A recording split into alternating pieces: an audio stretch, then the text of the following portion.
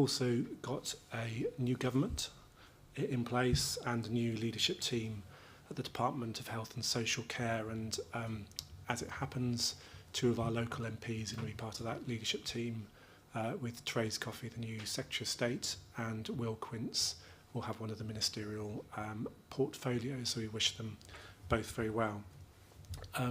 The Secretary of State has set out a vision, a new direction based upon A, B, C, D. So I'll just touch upon those letters, and we might add a P at the end around pensions. But on A is an emphasis upon ambulance response times, but particularly the issue of ambulance handover delays, which is a major quality issue, which many of us have been involved with. Pleased to report, if pleased is the right word, that within our ICS we benchmark comparatively well on ambulance handover delays, but we're not meeting the 15-minute standard. West Suffolk FT is the best performing hospital site in the east of England currently, and doing very well nationally, but I really implore the board that we keep a real focus on handover delays and get down to those 15 minutes. Because it's such an important quality metric. So that's the first thing I'd say. On B, this is around backlogs. So again, a huge amount of work in the system on backlogs. The HSJ recently published an article saying we were the fourth fastest system in the country around elective activity, which is encouraging, but the waiting list is growing across the system. And that's the real challenge we've got. So whilst we're making progress, we're building up a real challenge to work through. C was around care, and there's been a £500 million social care discharge fund being created. We're yet to have the fine detail on that, but we'll be working very closely as an ICB with colleagues in both county councils to agree the most effective use of that fund. And then D was around doctors and dentists, as it was framed, particularly looking at GP services, access to GP services. I think the language now is much more around primary care, but it's framed around GP services, with urgent patients being seen on the day, and a 2-week standard for all patients, and an expectation that ICBs will take a very close interest in improvement of access. And secondly, around dentistry, and Richard's touched upon dentistry.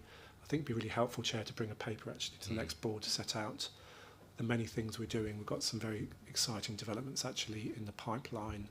And there's a lot of national interest in what we're doing in SNE around dentistry, which is great, but we have a huge challenge, and it's a major driver of inequality. So those are the A, B, C, and D. The P, I would add, is that looking at changing rules around pensions, which has provided a perverse incentive for some colleagues to retire early. So to retain our workforce, and also an emphasis upon pharmacy, which we've worked really well with during the vaccination campaign. But the question now is, what more can we do with the pharmaceutical sector and our local pharmacies to improve access to primary care and support all the work we do. The final two things I wanted to touch upon was our vaccination programme, so our COVID booster campaign. And as of today, we're the leading system in the country for the speed of the rollout, which I think Lisa reported on the radio just before this meeting. So we're really encouraged about the progress being made there. And then finally, a big thank you to one of our board members, Nick Hume. Nick has agreed to support the ICBs in SNE and Norfolk and Waveney, as well as NSFT and NHS England, around the mental health transformation work we're doing. And Nick brings, as we know, a wealth of experience and is a visionary leader that really is passionate about patient care. So he'll bring all of those qualities to the table, and we look forward to working with you, Nick, so thank you. Great, Ed, thank you very much. And with respect to the future paper on dentistry that you mentioned, I saw a lot of nods around the table as Ed suggested that. Shall we take that as an agreed action? Are you content? Yep. Okay, thank you very much. Any questions for Ed at all? And if not, happy to move on. Lovely. Thank you very much.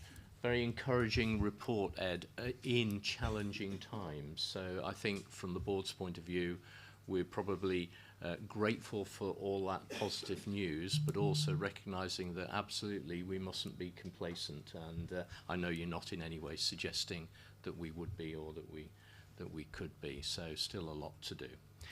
Good. In which case, shall we then move on to item 7, which is the approval of subcommittee terms of reference. And Amanda, I'm going to you. Thank you very much, Chair. So since our inaugural meeting on the 1st of July, a lot of activity has continued with updating and finalising the remaining terms of reference for the various subcommittees that report into us as a board. We have 7 that are presented today for hopefully approval. But before we get into the specifics, I just wanted to identify 3 things really by context.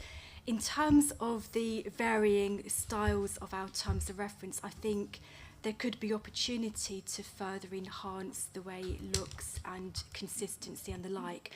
And what I would like to suggest to the board is when we next review the terms of reference for the various committees, we perhaps look to ensure that we have some kind of corporate style, and that's something my corporate team can support with. So that was the first point that I wanted to refer to. And secondly, I think it would be perhaps a good idea that we have some consistency around building in some review dates for the various subcommittees, either after 6 or 12 months. And again, to support that process, my colleagues within the corporate team can actually provide support with regards to that. And then the third point I wanted to make was around the terms of reference that we have regarding the people and committees terms of reference. And those of us that have read would have noticed that we actually stopped midway in sentence and didn't actually finish off by stating who the chair of that committee is. So I'm pleased to report at the moment the chair of our People and Communities Committee will be held by the Head of People and Communities Partnership role. So that's something that we need to extend for completeness in terms of that sentence in regard to 5.4 of the terms of reference. In terms of the Procurement Committee, I think, Paul, that you wanted to just add something in addition, didn't you, to the current terms of reference? Yeah, just so when we began to plan the governance structures, it was a time when we'd got 3 CCGs, and there was a strong feeling that we probably needed a procurement committee to bind, if you want, to essentially 2 procurement processes that were both in place. Whilst we're moving into the ICB proper, and I'll talk later about the procurement paper where we've got to in our thinking, there is a bit of a view that maybe we don't need that procurement committee is the first point, because we are now centralising the procurement process, and actually the accountability for procurement lies with the accountable committees. So in a sense, we're keeping our powder dry to say it's in the governance structure. We may or may not need it. The other element of that is I felt very strongly that if we did have one, it would have to be independently chaired.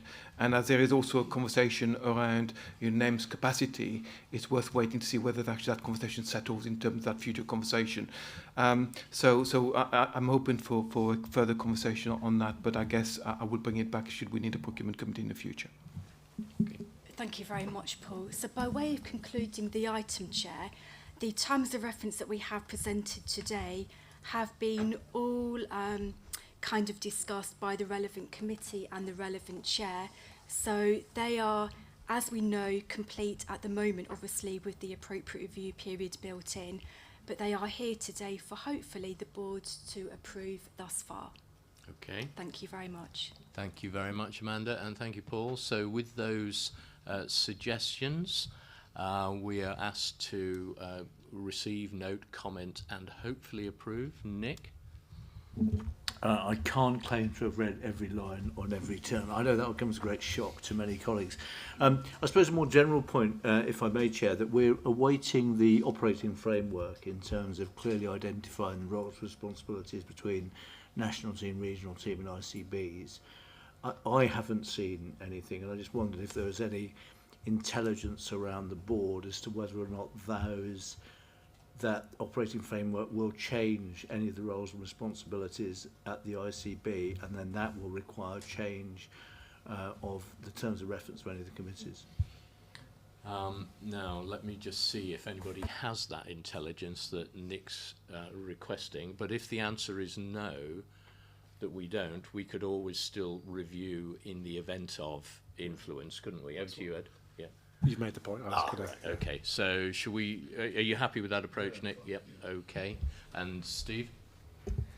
Not that I don't approve the current iteration, but it's just an observation going forward, really, that I think the terms of reference could perhaps a little differently express what it is we're here to do. So I take the Estates Committee, where our ambition is to help people live in their own homes and to be supported to do so through use of technology and whatever. There's something about how are we building place and what's the Estates Committee role in the place building and shaping agenda. There's something about how we're looking after our workforce and creating environments and conditions for them to thrive and feel safe in the buildings that they're in. There's something about the AFM workforce, the Estates and Facilities Management workforce, whose responsibility is it to look after them? And I would have thought that, given the shortage of those skills, that's something I haven't got much more. There's nothing about sustainability in the circular economy. Whose job is it to drive our sustainability agenda? I would have thought that would probably be somewhere in there. And the final bit is economic growth, that we've got some pretty challenged communities, and the role of the workforce, the role of the Estates Committee to help link across all the partners to make sure we put facilities and jobs in places that are positive. So just reframing as it is, it's quite a traditional terms of reference I'm really happy to approve, but it feels to me like we should have an ambition in the next 6 months that we start to express the terms of reference of all the committees a little more aligned to what our purpose is. Yeah, and I see lots of... Sorry, Steve, if you... No, just and on the People Committee, yeah. I'm listed as a member. I've sent a message a couple of times saying I haven't got time to do that, and that I would appreciate they found someone else as well. That's just a point of... if Amanda could pick that up. But the general point, I think, is understood. Yeah. So happy to approve, but asking for that conceptual, contextual review to be embodied at the as soon as possible, but at the next reviews. Yeah, comfortable with that, everybody? Yeah. Yeah. So, Steve. Yeah. Well, I think a bit further than kind of at the next review, if that's 12 months off.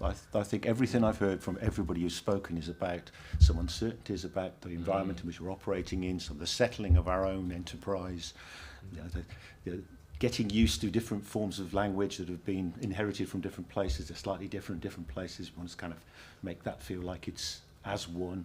All that suggests to me we need to keep we need to be looking much more quickly at review, not leaving it for the 12 months. And Steve's referred to 6 months, and I'd go along with that. Yeah. We ought to be looking to get to try and refresh some of that stuff on a much more rapid basis. Otherwise, we just get another year in, and then we're doing it. No, understood. And again, I see a lot of nods, and actually for those terms of reference where there was a time period, it was 6 months. But most of them were blank, weren't they? Is everybody happy to adopt within 6 months? Yeah. Yeah, makes sense. Good. Agreed. So with those comments, contextualisation and review period approved. Essentially, we're approving them as working documents, aren't we, really? But the board accepting that they're not in their final form. Yeah. Agreed. Good. Thank you very much, everybody. In which case, shall we then... So we've dealt with, as you will have seen, the agenda today is in 4 parts. We've dealt with general. We've now got strategy, and then we go on to finance, performance, scrutiny, and then governance and corporate business. So with that, shall we go straight into the strategy section today. And Amanda, I'm going back to you for the Community Diagnostic Training Academy. Thank you very much, Chair, and I'm really delighted to welcome Peter, Gary and Rob to today's board. And this comes about from our last People Committee, whereby we had an amazing presentation and we felt it was really fantastic that we should actually share it with our board today. So I'm going to hand over to Peter and Gary in a moment, and then Rob is going to come in at the end and share his personal experiences, because Rob was actually a student at one time as part of the academy, and through participation in the academy you've now gained employment, which is tremendous. So we're really looking forward to hearing more about that in a moment, Rob. And we're also going to, I think, share with you at the end of the presentation the subsequent conversations that have taken place since the last People Committee, where we're now looking to really scale up the programme so that we can benefit as a complete system. So without further ado, can I invite Peter, Gary yeah, and Rob please to the table? come and use the microphones. Yeah, absolutely. Thank you.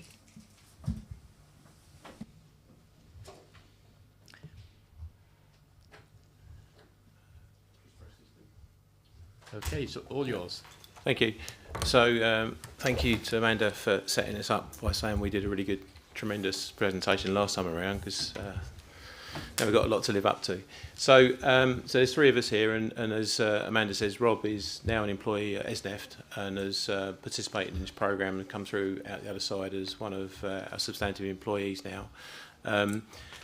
What we're going to present to you is a partnership of a variety of different organisations, principally ESNEFT and Culture Institute, and Gary's here from the Institute. So what I'd like to do is set out what we were intending to do to start with. There's some slides which you've already seen in the packs, but I think colleagues in the corner are going to help me run through the slides. Gary will talk about what we then did, and then Rob will be an illustration of what it was like to be somebody that's gone through that programme. I think that from the outset, this was born out of the desire to try and bring to the table some additional resources, some additional people to add to the workforce through the Community Diagnostic Centre that I won't need to go into a huge amount of detail with yourselves, that was set up in Clacton.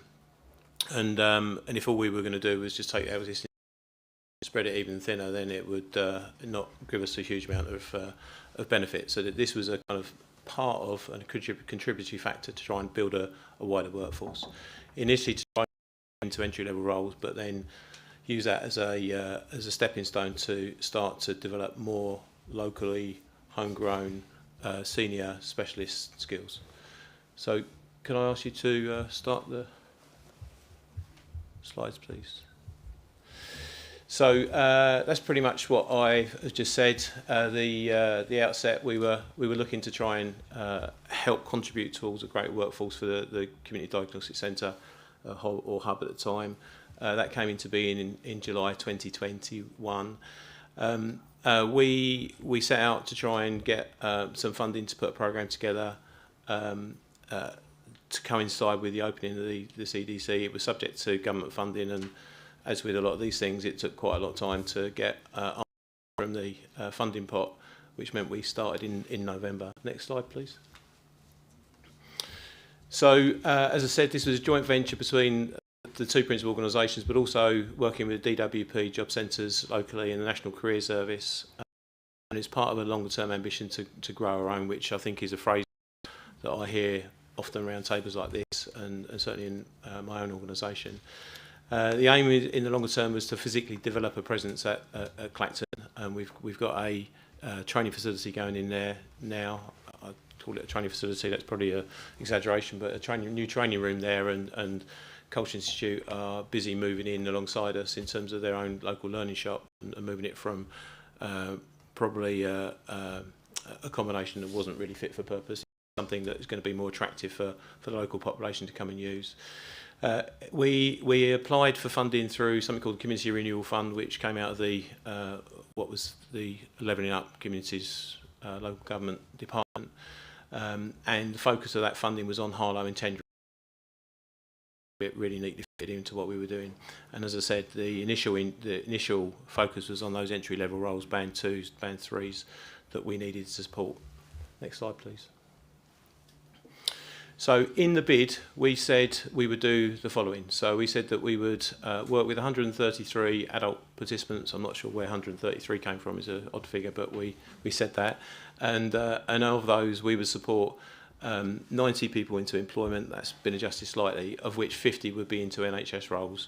Obviously, we were focused on ESNEF at the time, but there's two angles to this. One, the benefits to the organisation, but secondly, regardless of where the person went into in terms of employment, you know, I think everybody's been in conversations around the importance of employment in terms of quality of life and helping to address health inequalities, etc., etc. So we feel success is not just somebody to come and work in the CDC, not someone just to come and work in the CDC or in ESNEF, but somebody in employment, and we think that's a really good outcome.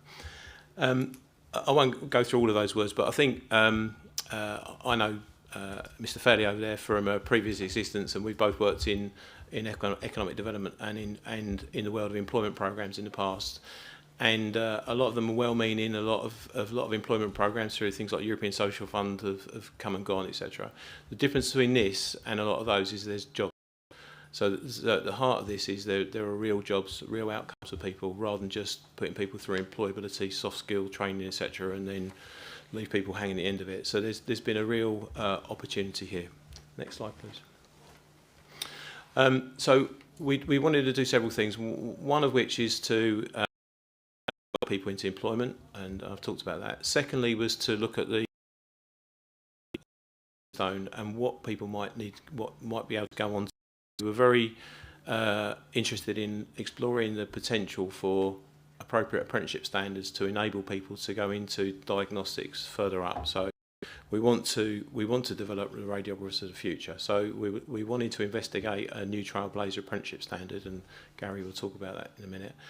And we wanted to use the programme to help inform the curriculum that's being delivered locally for our health and care students. And we're replicating this stuff at New College as well. We've got through the institute something in the region of 200 students, 16 to 18-year-olds typically, who have expressed an interest in working in our sector.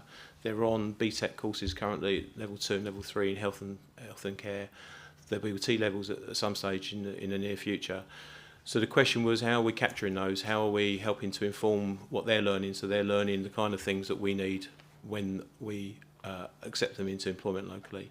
And are we doing that enough? So part of this was also about supporting the institute. We commenced the programme back in November last year. Seems a long time ago now, but so we've only been going about 10, 11 months. The funders of this, via Essex County Council, are very, very pleased. You see this as probably the best of the projects they've funded across Harlow and tendering. We've got more participants than we anticipated, and Gary will talk through the numbers. About 80% have been from tendering.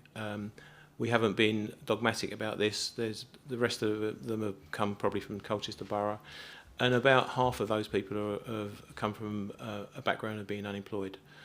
So that's what we set out to do. And I think that if you go to the next slide, please, hopefully that's now lines Gary up for what we did. Thank you, Pete. Good afternoon, everyone. On the screen there you can see our original flyer that went out on social media channels and through local traditional newspaper advertising. And there's no doubt at all that that hook of the guaranteed job interview, the opportunity of work placement in a real life working environment such as the CDC environment, really produced some staggering results. If we can go to the next slide, you'll see that remembering our initial target of 133 participants, absolutely smashed that. 236 people were invited onto the programme, of which 169 are currently still active with us at the moment. and then you can see a further breakdown of where they are at in terms of their stage in the scheme itself. We're showing 40 there in jobs at present. It's actually 42 since these slides were produced. 23 are actively employed by ESNEFT, and 19 by other organisations at this stage, in a range of roles, both on clinical and non-clinical areas, such as Robert here, radiography support officers, HCAs, physio assistants, pharmacy assistants, receptionists, booking clerks, associate practitioners. The list goes on. It's been a wonderful testament to working in partnership. But the work isn't finished, of course, because we're aiming to make sure we hit that employment target. We've got 62 of our participants currently actively job seeking, and you can see it there. 22 currently in further skills updating. And 45 still on the course itself, still on work placement. So there's a long way to go with this, we're absolutely delighted with the output in terms of comparison with our normal programmes aimed at the unemployed. This really was a fantastic response. Next slide, please. This is just an image of an early cohort there. You can see the candidates with their certificates after finishing the master classes. And workstream 2, Pete referred to there in terms of the apprenticeship development. We did undertake a level of research with a number of foundation trusts. We found there was limited appetite for a standalone level 4 apprenticeship in diagnostics, but we have made a contribution to the level 3 senior healthcare worker standard in terms of inputting a new diagnostic route for that particular apprenticeship standard. So there's some positive output from that work stream as well.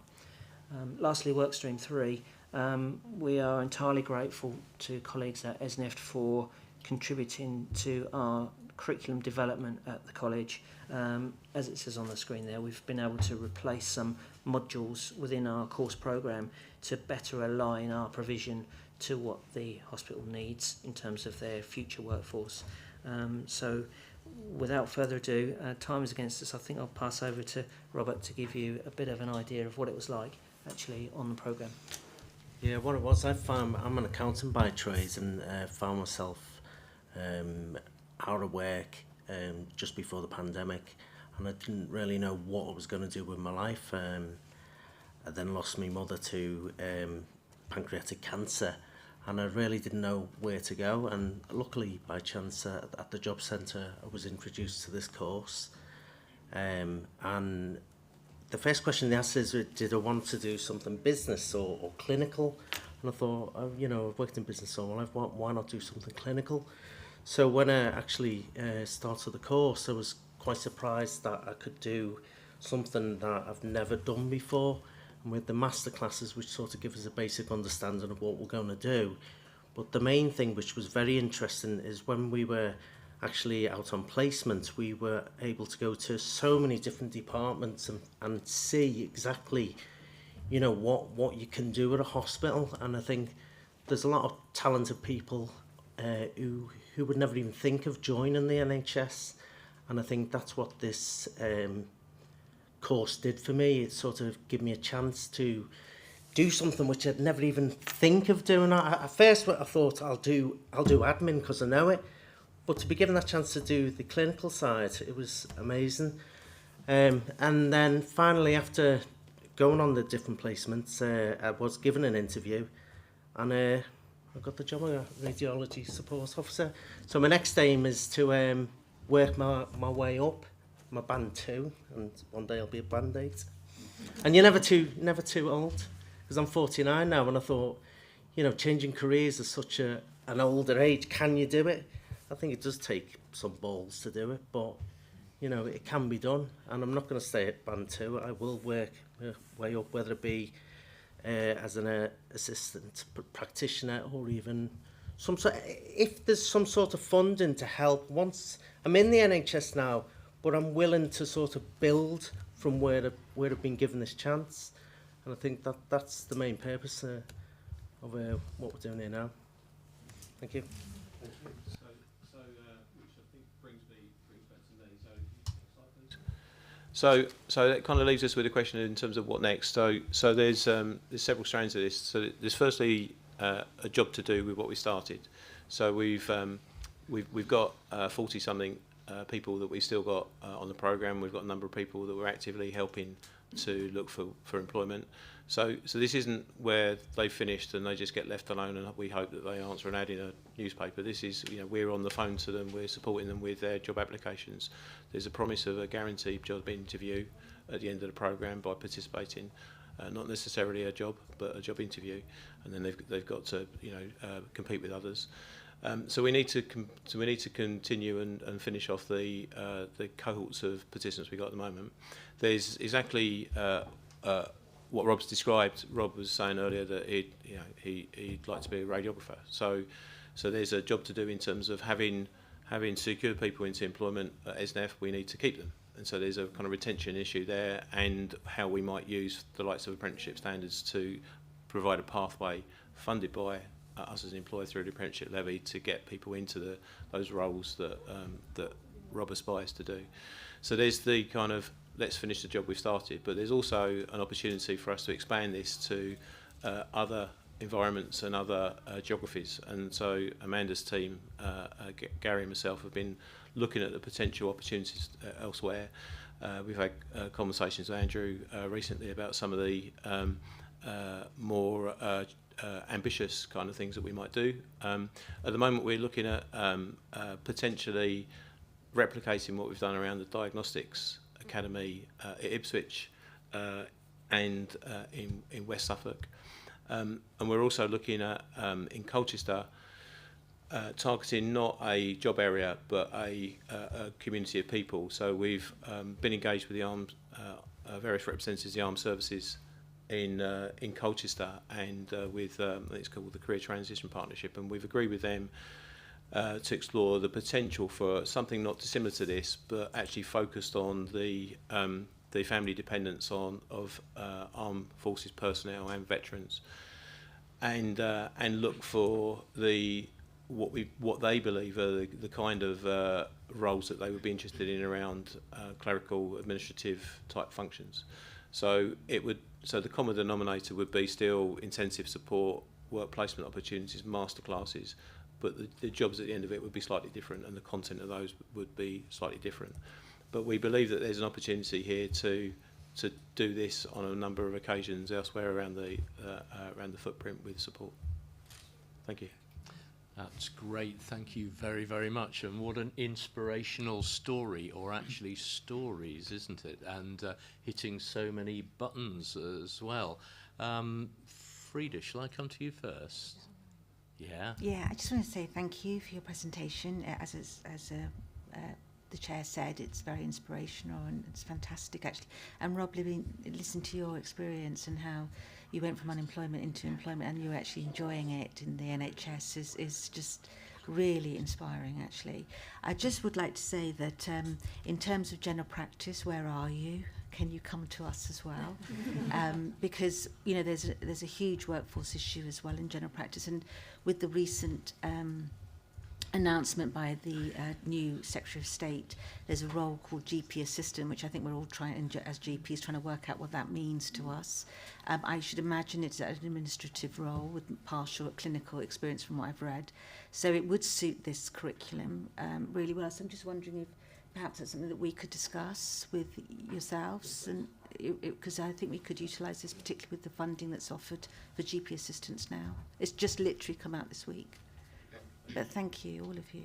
Yeah, thank you, Frida, for that. So I've got a great long list here of people who want to contribute. So if I could, whilst recognising the importance of this presentation, this item, if we could keep it sharp, that would be helpful for time management. I'm going to go to Ed, Richard and Stuart, and then further down the list. So Ed first.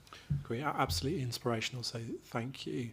I'm the co-chair of the Essex Anchors Network, so definitely let's think about SNE, but also obviously Essex too, because I'm thinking there's probably community diagnostic centres being set up in Mid and South Essex, for example, and can they learn from what we've done in Clacton, in the wider Essex as well? So if we could just think Essex as well as SNE, that would be really helpful. Yeah, good point, Ed. Yeah, Richard. Similarly, incredibly exciting and lots of potential with this. Two thoughts. One is, I guess, the linkage with DWP, whether we could do more with them directly, and colleagues nodding. So a few of us were with one of our local MPs yesterday where we were talking about the economically inactive, not just the unemployed as well. And I think there's ways of leveraging funding out of the DWP possibly to support this. I'll link up with you, Amanda, on that. And I suppose for me, a bit similar to Frida, mental health. So is there more we could do, actually focus with EPUT and NSFT around this, given we know we've got challenges in workforce, but in all areas, but particularly mental health as well. So if we could link through with EPUT and NSFT, and again, happy to help with that, we could look at doing something with that. We've got funding opportunities, I think, that could help with that. But well done. Thank you, Richard. And Stuart? No, indeed. Well done. I think one question for me, which is kind of inactivity from a workplace perspective, in that sense. And the second one, I think, definitely around that scale-up piece. I mean, obviously within Suffolk, we're talking still about a county deal and adult skills. And I think, again, it is about bringing these things together and looking at both the challenges that the health service have and care sector have from recruitment, but also building on economic assets within communities. So really is quite exciting. Do you want to comment on that? Yeah, just in terms of the first question, I think the obvious answer is it's varied, but I'm not going to comment on the individuals, but I went to sit in on one of the master classes with our director of HR, and we heard stories from some of the participants who opened up about being recovering alcoholics, recovering drug addicts, etc. There was a broad sweep of people from very different backgrounds. Great, lovely, thank you. I'm going to go to Tanya, Amanda, Peter, and then Steve Feast, and then we'll try and draw this to a close. So, Tanya? I'll try and be brief. I'm really curious about young people from disadvantaged backgrounds and thinking cost of living crisis really hitting hard is going to hit our deprived communities even harder.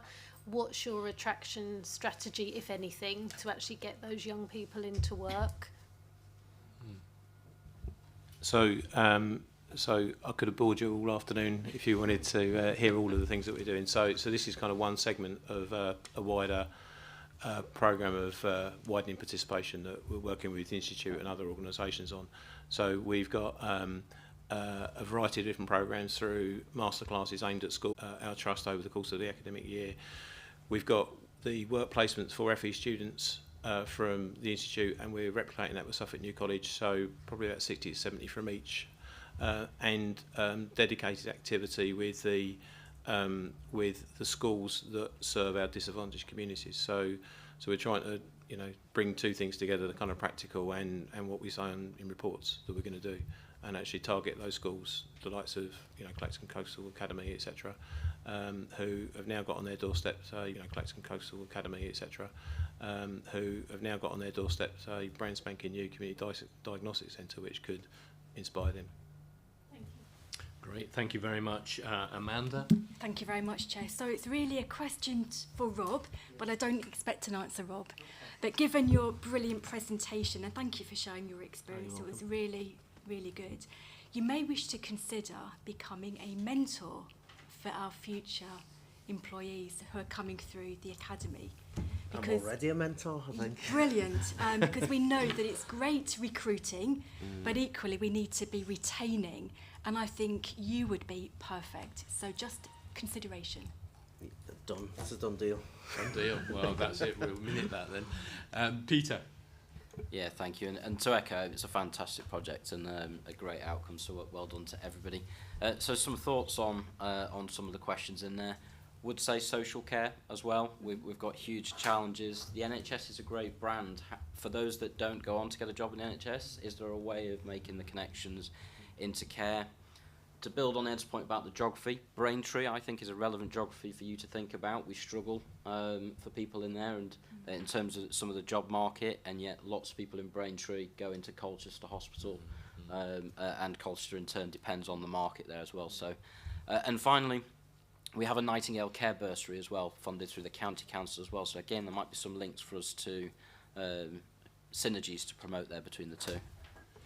Brilliant, thank you very much. Well, that was a really great presentation, all three of you, fantastic, and great comments and adoption of the mindset by the board. I mean, that I think the board is basically saying that hits so many buttons for us, from growing our own workforce to the wider determinants of health, to personal health and well-being, aspiration, helping drive aspirations, and so on. It just hit a lot of our buttons. So I think we've got a lot of actions there. There may be more post the meeting as well, which you're welcome to send in. I'm sure, Amanda, you'd be happy to receive. Let me come to Ed before we close. I just wanted to make a point. Oh, sorry, Steve. You're absolutely right. You were on my list. Yes, go on. I mean, I just wonder if what we're hearing here is a more fundamental approach to how we bring in a workforce. So we've got vacancy rates all across the organisations, which is a sum of money that probably adds up to a huge sum of money. As chair of the Quality and Safety Committee, the most pressing issue we are hearing is workforce continuity and conditions. We reframe that public services are not a bad place to work, but a great place to work. And we go to our population and say, it doesn't matter whether you've got 5 GCSEs or you've trained as a radiographer, we will find you a way in to public services. And then we will help you navigate your roles and certificate you and get you into those roles. I think this is something that could be done as a collective action. And if you link it to the fact that a lot of our staff, through mental health and wider burnout issues, are given a binary choice between working and not working. Imagine if this was working well and they could actually say, I don't want to do the role I'm doing, but I'm very willing to do a different role. So how do we have a front door that is universal and open, a middle bit that helps people and works across them? Because we are now an integrated care board with a lot of very expert people and sector and other organisations, but also addresses its attention to our existing workforce in offering them more flexible careers. Yeah. I just think that's something really big to think about. Yeah. Good points, well made, and apologies for missing you off my list, Steve. Thank you. Ed? Yeah, it was just a conversation around the capacity we may need, because we've thrown at you, we want to scale it up, we want, think social care, think mental health, think primary care, think Braintree, there's a long list we've thrown at you, because we've got a winning formula, we want to apply it elsewhere, so let's maybe have a think with Amanda about how we scale up the capacity to support you to make this I think more outcomes in all the ways that you described, not one particular way, but all those buttons. So with that, we were asked to consider how to roll out, or if it was rolloutable. Well, I think the answer to that is yes, yes, and yes, isn't it? Let's do it. But we were also asked to celebrate the work that had been done so far. So perhaps could we take the opportunity to thank Pete and Gary and Rob for a fantastic presentation and the work. Thank you very much. I suppose I should be honest and say that the two of us haven't really had much to do with it. We've got very good teams that have done all this, and it's their hard work. Understood, Pete. Thanks, and thanks to all involved. Great, and you're welcome to stay, by the way. Or I've got a hard taskmaster. Yeah, I'll bet. Yeah, I'll bet. So I'm going to keep. Thank you very much, guys. So I'm going to keep this moving. Amanda, did you want to add anything else, or is that closed, that item, from your point of view? I think we've closed it. Thank you very much, Chair. Okay, in which case let's move on to item 9, which is the ICP update. Susanna. Okay, so have you ever heard the term follow that? I have the unenviable task of following that. So this is just a very brief update from the Suffolk and North East Essex Integrated Care Partnership. So the paper sets out obviously some of the background which the board will have heard before, that the ICP is the second part of the statutory arrangements for the Suffolk and North East Essex Integrated Care System. So it's a statutory committee jointly and equally convened under the Health and Care Act by the ICB, but also Suffolk County Council and Essex County Council. It's co-chaired by yourself, Professor Pope, and also Councillor Reid and Councillor Spence. The ICP met for the first time on the same day that the first meeting of the NHS Integrated Care Board took place. That was at our Expo 2022 event at Newmarket Racecourse. So we put in place the basics, the Memorandum of Understanding in terms of reference for the ICP and its membership. We've got an area on the ICS website that features all of the papers and also provides links to the meetings for members of the public. In July, at the end of July, we received national statutory guidance from the Department of Health and Social Care, which set out in more detail the expectation for integrated care partnerships across England to put in place integrated care strategies for each integrated care system. And the importance of the integrated care strategy is that it will set out how commissioners in both the NHS and local authorities working with providers and all partners will develop more joined up, preventable and person-centred care for the whole population. So just in terms of an update on our ICP, the last scheduled meeting of the ICP was actually scheduled for Friday the 9th of September, and very sadly this was the day following the death of Her Majesty Queen Elizabeth II. So as a public meeting, that meeting did not take place on that Friday. What we did do was to meet the three co-chairs and myself to review the agenda items, and the majority of those will be carried forward to an extended meeting which will take place on Friday the 14th of October. What we did do was to ask members of the ICP to review one paper in particular and to ask for their approval of that virtually, if you like, by email, which they did, which was the paper which set out our plans for how we're going to develop our integrated care strategy for Suffolk and North East Essex. So that paper has been approved, and what we did this week is to launch the public engagement phase of the development of our integrated care strategy. So that's framed around a couple of kind of big but really important questions. The first is the question, what matters to you and why? And the second is, how should we be thinking differently as a health and care system? We've set out a number of ways in which all stakeholders can engage with the integrated care system around those questions. So the first is some online Thinking Differently Together events, which are going to explore three themes of belonging, safety and purpose, which are the ones put forward by Dr. William Bird, who's the chair of Active Essex, and he gave a keynote address at our Expo 2022 event, which really kind of caught the imagination of a lot of stakeholders in the system. The second is that we've set out a schedule for a series of stakeholder workshops which are going to take place during October and November, where we're going to bring together people with lived experience, clinicians and professionals, those leading local strategy. We're going to draw data from particularly our joint strategic needs assessments in Essex and in Suffolk, and also look at any kind of expert evidence as well, and to bring that together into a conversation around those two key questions: what matters to you and why, and how should we be thinking differently? And then drawn from that, we'll be able to start to set out, if you like, set out our stall in terms of a strategy from the perspective of the people we serve in our population in an outcome-based approach. The job for the Integrated Care Partnership then, building on that, will be to consider from that, if you like, the priorities that we need to set as an integrated care system. And we have a steering group who are currently working up a methodology to identify those priorities. Just to finish off, in terms of patient and public engagement, it's a very key role for the Integrated Care Partnership to provide a whole multiple range of ways to ensure that every voice in our integrated care system is heard around our strategy. So we're working with Healthwatch Essex and Healthwatch Suffolk very closely around development of the strategy. In fact, Healthwatch Essex are going to be seconding a member of their team into the ICP to help with some of that analysis of lived experience. And also we've reached out to, in particular, voluntary and community sector partners to ask them if they can help us to support by holding community conversations around the key questions around our engagement as well. And last but not least, our pop-up video booth, the Inflator Pod, is going to be making 12 visits around Suffolk and North East Essex during October and November, so that we can actually kind of hear from people directly and include that information as part of our the way we set out our strategy.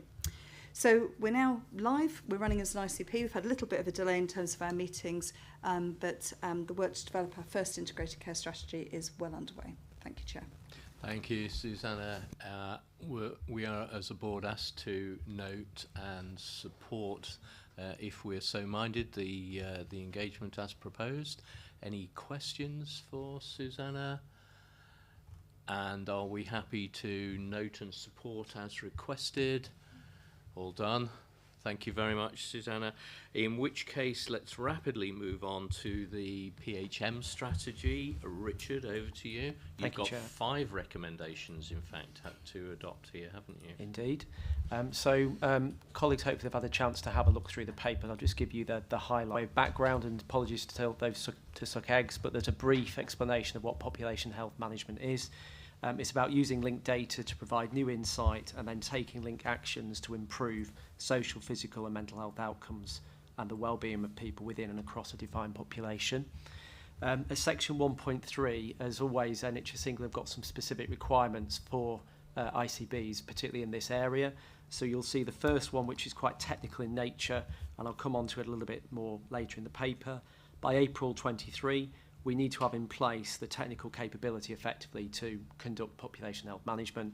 And the main element of that is a longitudinal linked data set. Again, I'll come on to that. I'm not a technical expert, so I'll get it down there now that if there's technical questions, Stuart will be able to answer. By 2025, each ICS will effectively be utilising population health management to inform their strategic decision making. I'm hoping we'll be well in advance of 2025, given where we currently find ourselves. So turning to section 2 at 2.1, as the Chair's just alluded to, we have developed a population health management strategy. It's been co-produced by a variety of different partners, including many around the table here, all your organisations. It actually was drafted back in January. We've done some further tweaks, but it's broadly the same as was developed back then. It was due to go to the ICP as Susanna's alluded to at the meeting in September. We're now going as part of the 14th of October to take that strategy there. So it's the ICP that will be signing off the strategy, but obviously it sets the context for this wider paper day in terms of how we're looking to take it forward. We will be sharing it with our neighbouring ICSs. So we do have a regional population health management group that we're represented on. And so we are sharing and comparing the work, particularly within the Essex and the Norfolk context, because obviously we straddle into the other counties as well.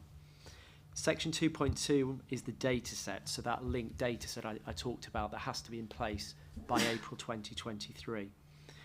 We carried out an options appraisal following the the ICS Partnership Board, earlier incarnation agreement, and an organisation called Agilisis supported us on that.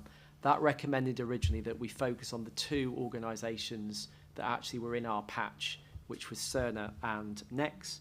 Following then a procurement process, we've got to the point of award of a 2-year contract to Nex, which is using what's called an Axiom platform. Again, that's really the technical detail of the side of things. There is an operational group now being stood up to actually take forward the detail of how that will be put into place. But we're currently working to mobilise that, and we're confident we'll have that in place by April 2023. Just briefly turning to governance at section 2.3, we've refreshed the governance arrangements. Now we are the ICS and the ICB more formally. We have a PHM strategic group that Andrew and I will be co-chairing. We've had 1 meeting, our second meeting is on Monday, and that's bringing together, again, all the main partners across the ICS around the agenda of PHM. It's particularly looking not at the ongoing development of the strategy, it's making sure we're delivering it, and particularly it's an opportunity to bring the different partners together to review the work that's happening through the 3 alliances, some of the cross-cutting work where it makes sense at county and ICS level. So it's looking at all of the different programmes of work in particular. That group, where there was no perfect way of this, but we're looking for this to report into the SOAC. So we really struggled with what was the best committee within the ICB governance. Looking at our neighbouring ICSs, they're pretty much all going through into their performance-based committee. Now, PHM is much broader than performance. You could argue quality, finance, everything, but we needed to anchor it somewhere. At the same time, we've put in place an operational group, which, as it says on the tin, which is very much focused on the mechanics of PHM, how we get it all into place, and that's reporting through to our 3 alliances as well as the strategic group. Nearly there, Section 2.4 is the resource. So we do already have resource in place. It is broadly part of day jobs of a number of people, particularly in North East Essex and West Suffolk. So we are looking for some additional capacity, and you'll see at Section 2.4 that the executive management team for the ICB has endorsed a decision to come today to release some recurrent funding, both for clinical leadership, a small change function that would work across the 3 alliances, and some analytical capacity. And the details of that are in that Section 2.4. And then just finally at Section 2.5, we also have a high-level roadmap, which is effectively setting out some of the main aspirations, main things we need to do over the next 2 to 3 years, and that can be found embedded within the main strategy. So I won't go through the recommendations, Chair, but effectively that just gives you a bit of a flavour of the work that's underway.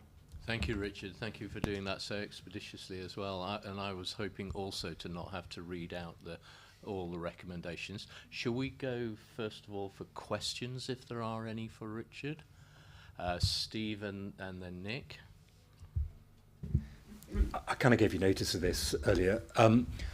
When I read this paper, I just came on the back of reading, or not reading, chairing 17 awards to industry, and I was just really struck that most of the bids through there have been saying we are building an intelligence function in order to map to the existing knowledge we have about the challenges, the McKinsey waterfall charts, etc.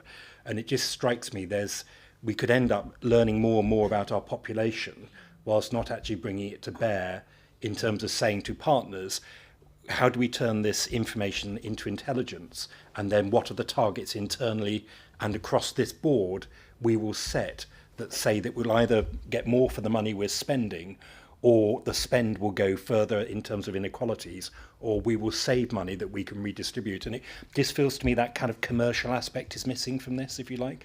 I mean commercial in the widest sense. Yeah, and Steve, sorry, my words, not yours, I appreciate it. Are you perhaps, are you basically saying it's great, but don't be too academic about it and be outcome focused? Is that... As you know, I worked in policy in public health and population health management for a long time, and it strikes me that we've got very good in the last decade at telling people how awful their lives are, and producing more and more exciting charts of that misery, rather than actually saying, here are co-productive ways in which we can work with you, and this is how the intelligence is going to be used for those that provide services for you, or with you, should I say, that will actually have a difference. And I think we just need to turn that into a cycle that is reported in a hard way to the board. Excellent, thank you very much. I'll just hold you, Nick, if I may. Let me go to Stuart first. If I make a start, is that all right, yeah, Chair, yeah, and then Stuart will come in. Yeah. I think you're right. It shouldn't be seen as a panacea, although often these things are seen as that. I think the art is what we're going to do with the information that we get, and how does that influence strongly our strategic direction, linked to the previous item on our ICS strategy and our joint forward plan that I talked about at the last ICB. And actually, I do think this gives us a really good opportunity to really understand our population, and also to better plan moving forward, particularly it bleeds into the next paper, I know, Steve, in terms of the question, but particularly that advanced analytics and the health economics element of it, we can better predict what that demand and what the particular interventions that we need to make. And particularly, I think the bit that we've not done as well on is actually the evaluation end. So again, it bleeds into the next paper, but we need to get better, I think, collectively at evaluating, reviewing in terms of what interventions we're putting in place and what the outcomes are that we're seeing as a result of that. So I think we need it, but I think it's incumbent on us all, as you're saying, to actually use what comes out of it to inform us in what we do. We used to have those value reviews, if you remember those, how would this map to the benchmark value? Excellent, thank you very much. I'm going to go Stuart, Nick, and then Frida. Stuart? I wouldn't disagree with what you said, Steve, but I think the bit for me is the way that this has been grown, which is that it's not just public health writing some big reports at the top, it's also being worked with GPs and clinicians on the front line and actually looking at what is important, what are the cohorts, what are the groups they're working with, and looking at and understanding their patients in the whole. So I think it needs to be from a strategic perspective, but it's also from a very operational frontline thing, which I think takes it from a report saying this is a story to actually the stories are important, but also this is working with frontline clinicians to actually use that information to actually generate new ways of working as well. And I think that's, with the cohorts we've seen and some of the pilots we've done within the Suffolk part of SNE, has actually really brought people around the table to have those conversations and to look at things in a different way. No, thank you for that, Stuart. You're actually asking us to be joined up and integrated, aren't you? Susanna, was yours on specifically on that point? It was. I mean, I think it's a really good point, Steve, and maybe something we haven't made enough of at the moment is that we've held a couple of learning events through the Thinking Differently Together series. They've been our best attended. There are links to them in the paper. But at those, we shared those examples of how PHM have been used, particularly in primary care, to really make a difference. So maybe what we can do is make more of those stories, as Stuart says, about bringing that to life a bit more. But some of the data's there already. Thank you. And Nick, sorry to have held you. Over to you. Thank you. I just wanted to make a point of clarification, really, but also being a GP in the West, I'm aware that already, as Stuart's just said, we've had some population health management done at the very smallest level, at INT and PCN level, as well as in the East, which has been really interesting, and I'm a big advocate for it. But also being a West GP, there's also pre-existing population health management, which was one of the bidders, and I just wanted to really clarify that this supersedes and or pulls together existing population health management, rather than GPs having to share their data more than once, which is, I know, a big concern on the ground of individual GPs. I will bring Stuart in as well, but I think we've got the operational group meeting. I know we've got the meeting that we asked with you, Nick. I think we need to clarify all of that rather than me try and attempt to answer the technical detail. We do have a challenge, as you're alluding to, in that we had 2 products within our local patch, and moving to one does create some challenges. West Suffolk FT we're working with closely to understand how either we can work with both. I think it's likely to be both, but clearly that then has implications into primary care. So I know Julie's been in touch to try and get something in place to really work that through. Stuart, is there anything you wanted to add? I mean, I think that with the solution that's been commissioned, it means that actually it's already working with national one of the national, sorry, my brain's not working today, commissioning support units, who can already automatically extract all the information, so the data sets are there. So in that sense, it won't be creating additional work, but it will give us one complete data set across the whole of the patch. So it shouldn't create tons and tons of work. That's the beauty of what we've commissioned in that sense. Okay, thank you, and good point, Nick. Thank you for making that, Frida. Yeah, I just, as a technophobe myself, Richard, the thing is that across the GP, a lot of this information will come from general practice, primary care, and we're quite inequitable in terms of our data, I would say. And how would you assure accuracy of data extraction? Because, we're not, I think primary care historically has not been very good in terms of data, and necessarily, maybe we're better, I don't know, but I worry about the accuracy of what data you're going to get from us. Again, if I can plead the fifth and take that one up with the team in terms of coming back to you, Frida, but I know within North East Essex we've got most of the practice data has been sucked into the existing Axiom platform. The accuracy of it, you're right, will be a challenge for everyone. I don't know, Stuart, as my technical expert, whether you can add to that. Go on, Stuart. Yeah, I think you've summed it up perfectly. It will start messy, but that will then help to develop and grow and to refine that information as well. So I think people, the analytical teams, go in with their eyes fully open, but that's also about why working with clinicians is really important, to not start to make assumptions. But I think we have to start somewhere in that sense. Yeah, and can I just add that you need the comms to the primary care as well, because we're very defensive. Not at all, not at all.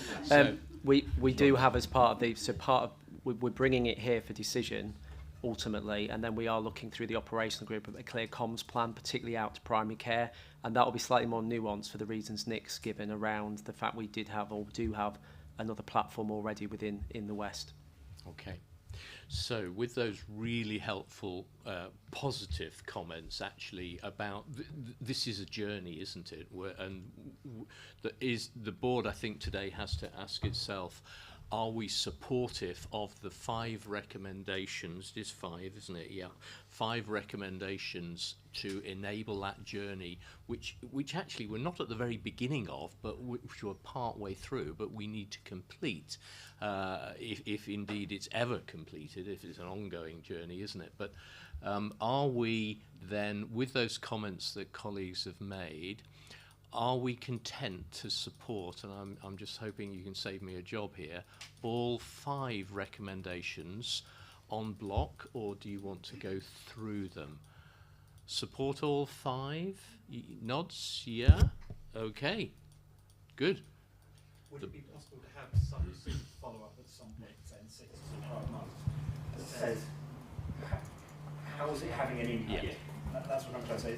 So we move from building the machines to actually we're really proud of the fact that 30 people with heart failure were identified earlier, or some impact. Perhaps Steve as well, maybe Richard, do respond to this as you see fit, but maybe 12 months might even be a little bit long, perhaps just what I dealt on the board, as Stuart's alluding to, and the chair, that we're not starting from scratch. We've already been on this journey for some time, but 6 months seems reasonable. Excellent, thank you very much. All agreed? Marvellous. And then Richard, you're on a roll here, so intelligence function, 4 recommendations. Yeah, I've done them Lesby this time, Chair, so there's only 4. Yeah. Maybe it'll be 3 with the next one, I don't know who's after me. So in terms of this, they're 2 papers, we deliberately brought them together because they're very much interlinked, partly as Steve's question, I think, highlights. So again, this is incredibly technical for someone who's not particularly technical, so bear with. This one relates to the setup of an intelligence function across ICB. So again, at section 1, you'll just see a little bit of detail there about partly where this has come out of. So the expectation is from, we've just passed the April 22, systems will need to have smart, digital and data foundations in place, and effectively that we're starting to cultivate, not my words, an intelligence function across each ICB. And I'll explain a little bit more about that, what that means as we go through the paper. NHS England produced some draft guidance back in January about what that meant. So anyone who's interested, happy to send it through. It is actually quite helpful just to give you a flavour of why they feel, and we feel that this is useful to do. At section 1.4, again, the predecessor body, the ICP Partnership Board, endorsed the need for an options appraisal around the best way to take this forward. And the same organisation that worked with us on the previous item also supporting this, which is Agilicis. You'll see at section 2 that the final report was presented in June, and you'll see the 7 recommendations that Agilicis set out for us. I won't go through them all, but the paper effectively then goes on to start to unpack some of those about what we've done since that point in time. I think the key one, just to highlight, key couple to highlight, is that we implement number 3, a hub and spoke model across the ICS, recognising that many of our partner organisations, including those around the table, have already got business intelligence functions to a greater or lesser degree within their organisations, so we're not starting from scratch. You'll see further down that we set up a task and finish group across the system to support us on this, and they came up in that italics at page 122 with a mission statement, again, which I won't read out. And we also recognised some of the specific components that we needed to put in place, such as analytical leadership across the ICS, health economics, and as the previous point I made to Steve's question, evaluation being a key thing that I don't think we do hugely well as a set of partners together. Moving down then, just a bit more detail at page 123 about what the hub and spoke model would look like. The expectations on the spokes, so organisations that would then work together, you'll see there's numbers 1 to 7 around effectively how the different organisations need to work together, increasingly around business intelligence and intelligence more broadly. Moving further down onto page 124, I think the 2 key aspects today was the funding and the hosting arrangements. So on the funding, we basically said we had looked at 3 options. Do nothing, so effectively ignore the national guidance and carry on as we are now with quite a fragmented set of intelligence teams across our different organisations. The ICB fund the intelligence function or identify a contributing funding model. And we've gone somewhere in best endeavours between numbers 2 and 3. So you'll see that in the paper on the next section, we're looking to put in about just under 400,000 seed funding on a recurrent basis to the hub that we're looking to set up. But it will be also a contributory model by the fact that we've already got, as I've already alluded to, teams across the ICB who will work increasingly together. In terms of the final bit is around the hosting option. So who and how would that hub be put into place? Again, the Task and Finish group looked at the options, and Agilicis did. One option was the ICB itself do that. Another was one of the other organisations within the ICB. We outsource it, or a very bizarre option, a hub of hubs. So where we've landed is actually that we felt that it was better placed that we went out to the partners within the ICB for expressions of interest. When we've had a number of expressions of interest, including from some partners around the table, and we're now going through a procurement process to effectively make a recommendation back around who we award that hub to with that seed funding.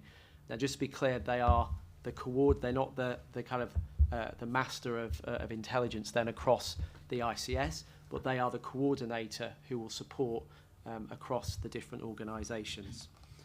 So we're due to conclude that hopefully in October, and we'll bring back, probably under the Actions Chair, the outcome of that, if that's okay.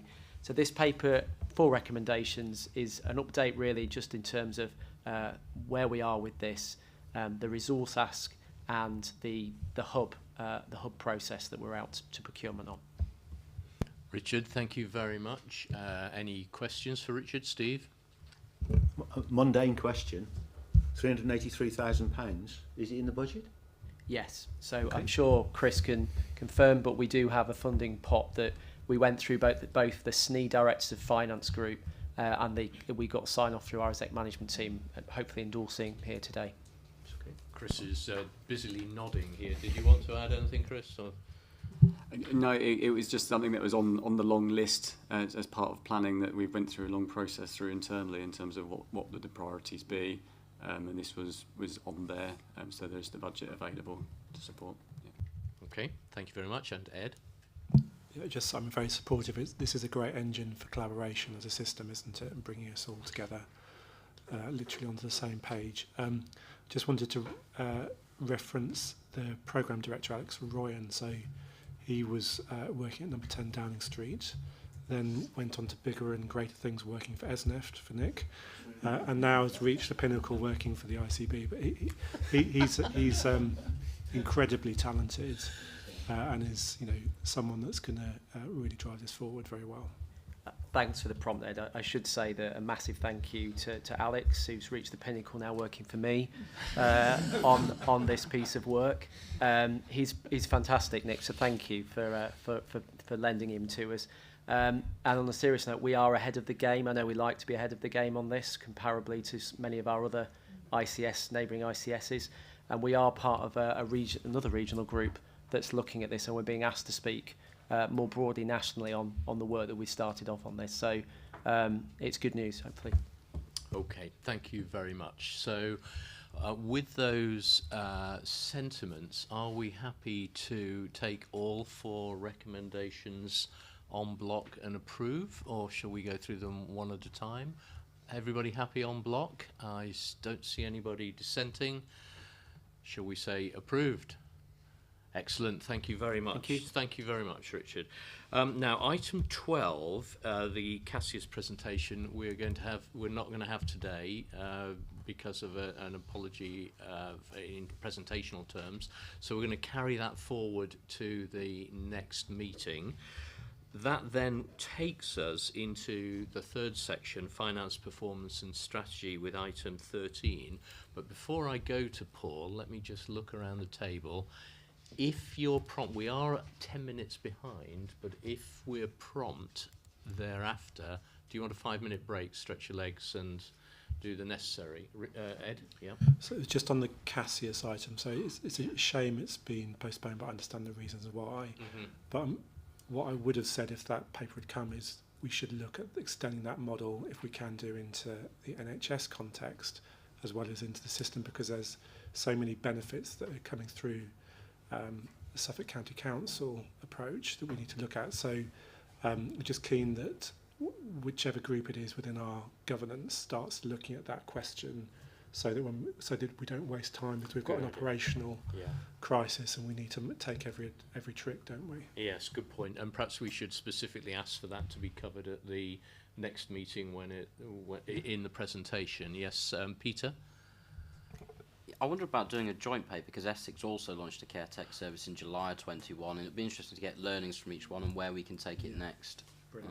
Sounds good. We might need to allocate it a little bit more time as well then in that case, as Ed has said, a very, very important issue or matter. All agreed? Okay, in which case, 5-minute break. So, okay, 6 minutes if you're quick. Back at 25 to 4, yeah? Thank you very much, everybody.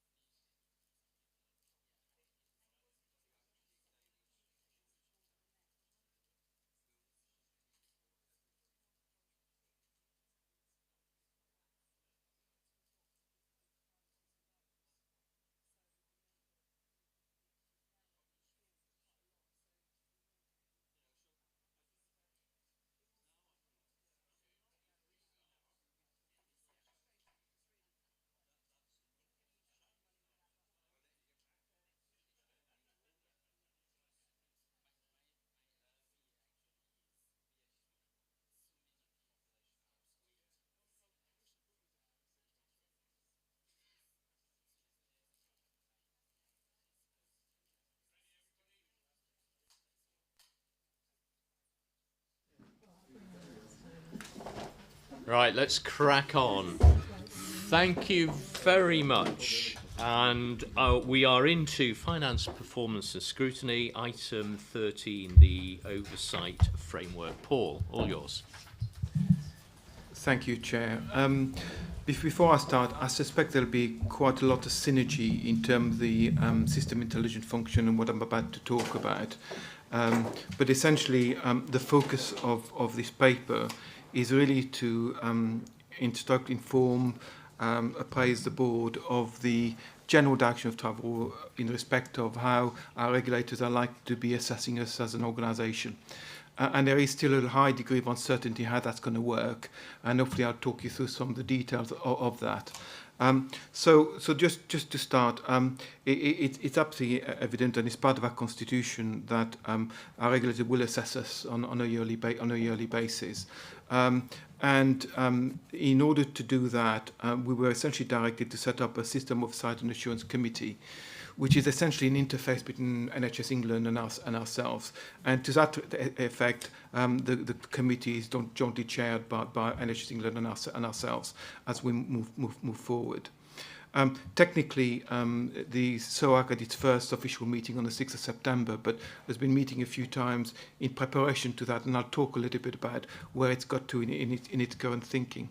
Fundamentally, though, the SOAC itself is underpinned by a memorandum of understanding, which clearly sets out how NHS England and ourselves are going to interface and work collectively on addressing some of the issues.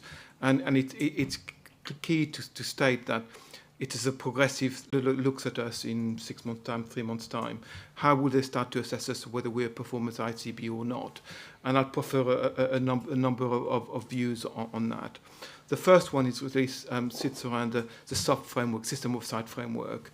And it's part of the paper, but I won't go into the detail of it, but it looks at it through 6 prisms: leadership, workforce, finances, and KPI outcomes. And on the back of the System Oversight Framework, there are essentially 60 KPIs.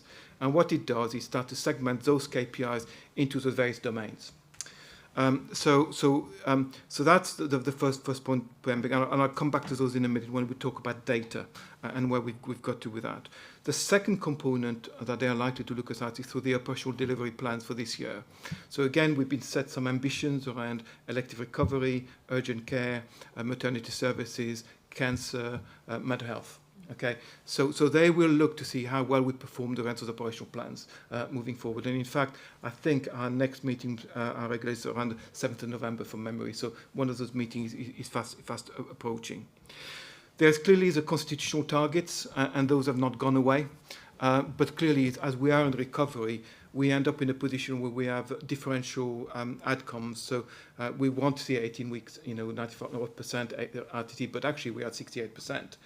It's our journey to get back to our constitutional target, which is the important conversation, which is why the operational framework leads us into that direction, and we'll see some greater ambition as we move forwards. Some of the things we've sort of started to hear about today is it will start to look what our local priorities are. So we've talked about population health management, for example. We will need to set our own local ambitions, what we want to achieve as an ICB.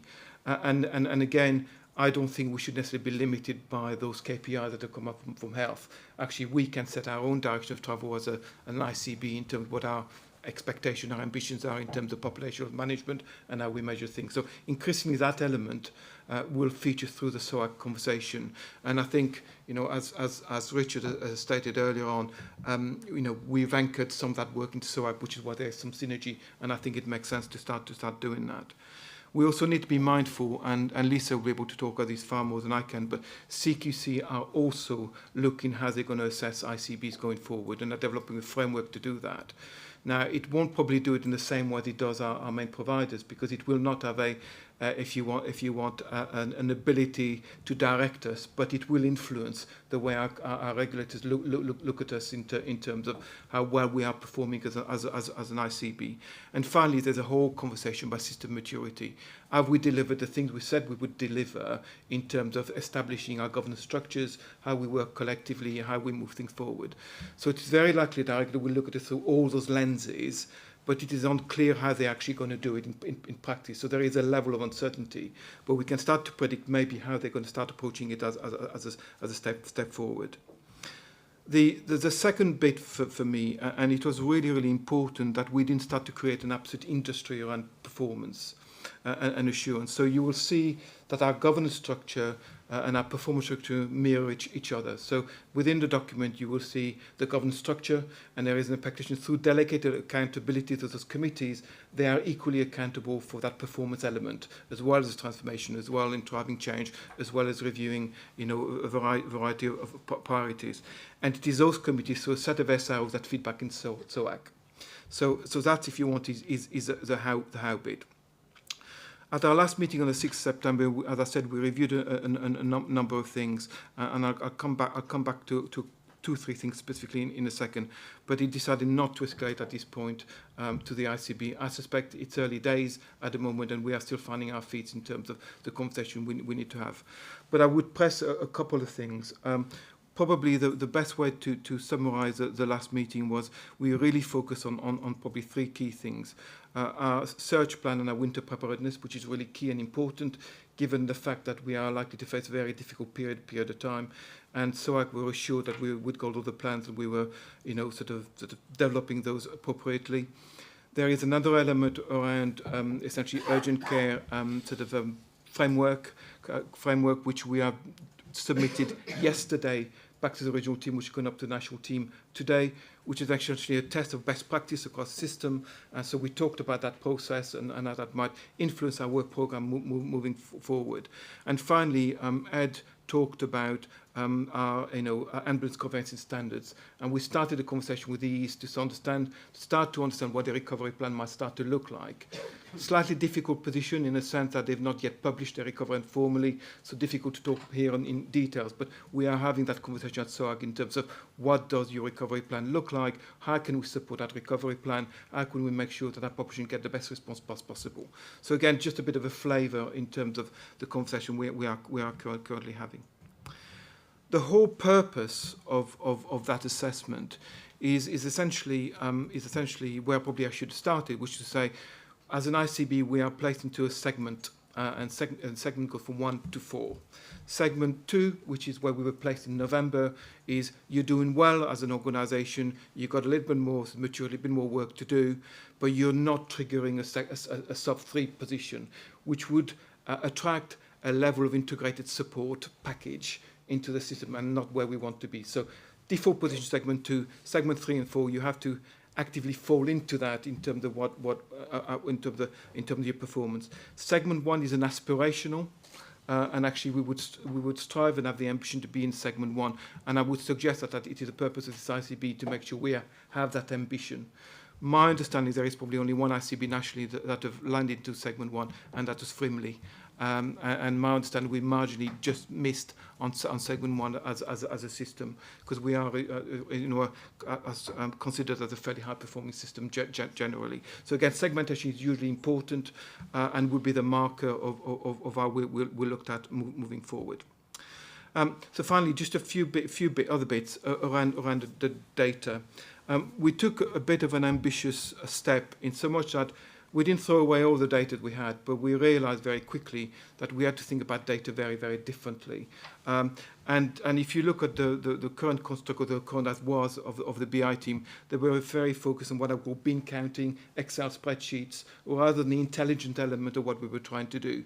And it was really important that we start to think about moving to automated intelligent reporting of data. So Power BI, and for those of you who are not sure, it's essentially an immersive visual data which you can manipulate. You can delve behind that data and look at the intelligence that sits behind the data at the click of a button, essentially.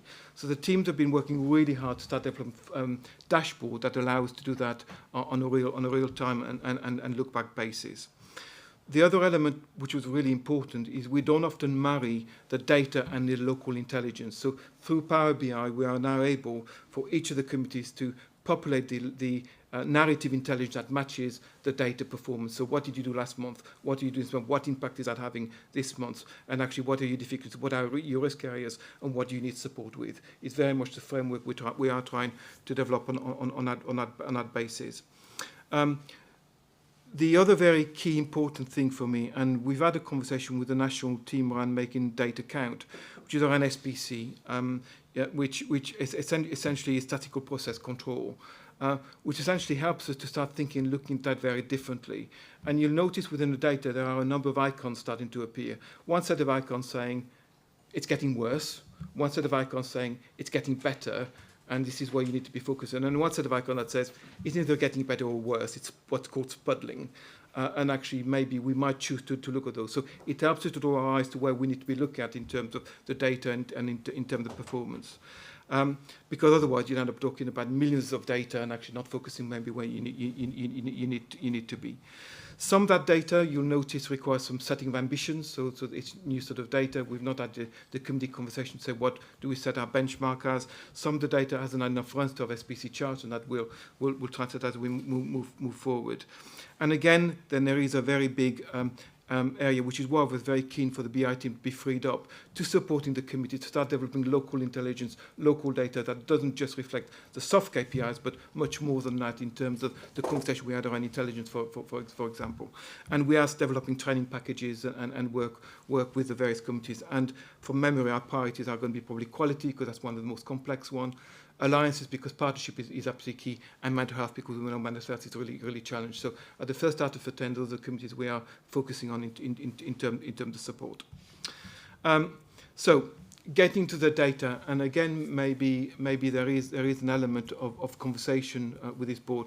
In some respect, is what level of data do you want to see as a board? What level of conversation do you want as a board? Is a really key question for me. So I'll pick sort of three that I'm intimately involved in to some degree or other, and give you a bit of a food for thought before we get into my final bits.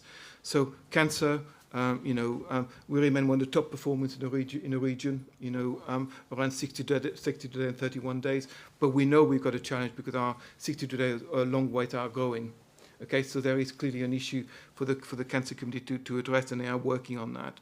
Elective activity has been a massive challenge, and as Ed has already alluded, fourth best performance nationally on Q1 as a system, best performer in terms of SNE. Comparison can limit ambition. I would suggest, and actually we need to actually be thinking about recovering fully, but it does give us an indication where we are in terms of the systems. And what we've also seen is a growing partnership working around mutual aid. We've seen significant reduction in inequity of access, which was quite significant as we started through the pandemic. So, and we are achieving 104 weeks reduction. We are achieving 78 weeks, but we are seeing our 52 weeks and above rising, because we fundamentally have a capacity issue, which is something we need to address moving forward. And I've talked about UEC, and we do really quite well on our ambulance delays, but we need to be more ambitious. We are top performers in our 7, 41, 21 days length of stay. But again, we have a group of patients that still remain in our beds that we're not moving quickly enough, which is causing some flow issues. So that gives you a bit of a flavour of some of the data that is available. And you'll see within the report a dashboard which marries to each committee with the data, which is the soft data, and a bit more data with the relevant narrative, which is discussed at SOAC. So essentially, in terms of the ask of this board, I think it was more to note the progress that we've made to date. I think it's to acknowledge to some degree the work that's been currently ongoing as we move forward and develop, if you want, our performance framework further, and really to endorse the next steps, which are sort of in not detailed, quite detailed, but the next step around supporting our committees to develop their information function and performance function as we move forward. So I'll stop there. It's a quick whistle tour of the paper, which is both, I think, quite complex and simple in equal measures. Paul, thank you very, very much. And I'll go to Ed first and then Nick. And Ed, you might also choose to comment, if you want, on Paul's challenge around whether we have the ambition to be soft one or not. Something you and I talked about only the other day. I think you put that in my objectives. Yeah. So I'm not going to depart from that. I wasn't safe 2 days later. Thank you, Paul. A couple of points from me. On the data we look at, so we talked about Power BI, but in my experience, NHS England have 6 or 8 metrics that they look at every system on, and if you're not delivering on those, you're not seen to be performing. So really key that the board see those metrics. And then thinking about what Susanna was saying earlier is what's important to the population in SNE, what are the things that they want to see us turn the corner on to. So I think if we have those two thoughts in mind, as well as all the plethora of data that will be coming through. The second point is, and we'll work this out, but I'm not clear on what's the conversation we have at this board. So we've got, with urgent care, so we've got an urgent care committee, we've got lots of conversations in the alliances, we've got the SOAC, which brings it all together, but we also need a conversation at board without letting it dominate the whole agenda. So we just need to think about the balance, because what we can't say is all the conversations are happening over there, we're not going to talk about it at the board. So I know that's not what you're saying, but I just don't want us to fall into that scenario. So we'll work it out. With experience and progress, we'll get there. But it's just, let's get the right balance. Yeah, as long as it's brief, Paul. Yeah. This is why I think segmentation is so important. It's about the lens through which we look at performance, and to some degree, because that's how we're going to be judged from a regulator's element of that. But my point is that we need to be far more ambitious than that in terms of our system, and that we will choose to pick certain performance elements or outcomes that we want to see happening. So absolutely. I agree with it, but Cetra states that ambulance handover delays is the first thing on her list. If we're not delivering on that, then that's a big problem. So it's just looking at it from all angles. Yep. Good. Thank you. Let me go to Nick and then Steve and Stuart. So. Thank you. I mean, this is really tricky, isn't it? Because I remember the first STP meeting we had, when God was a boy, it feels like a long time ago.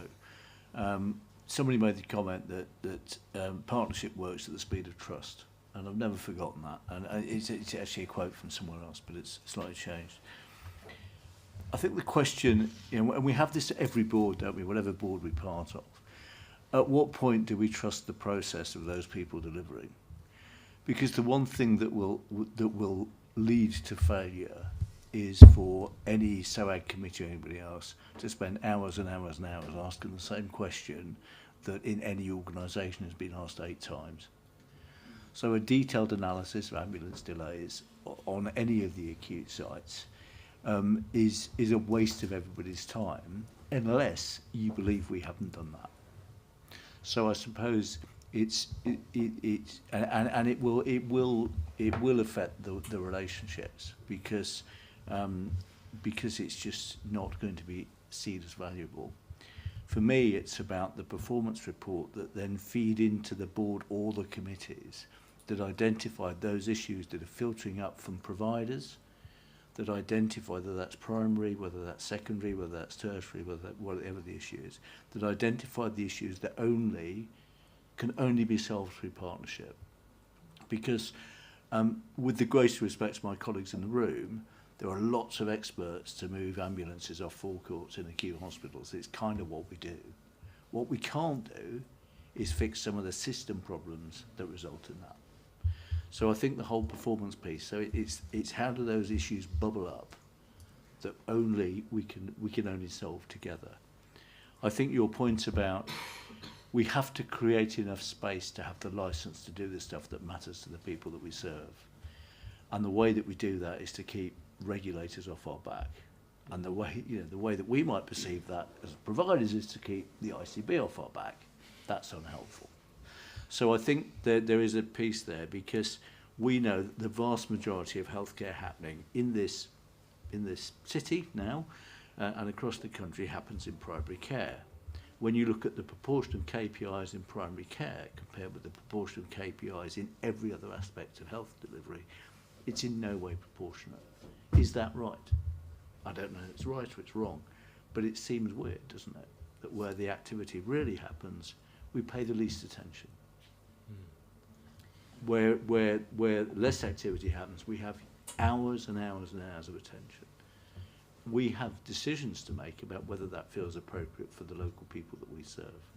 So I think create the headspace to give us the license to do the stuff that really matters, but not to spend a huge amount of time looking at our balance sheet, because kind of I've got agent is pretty good at that stuff.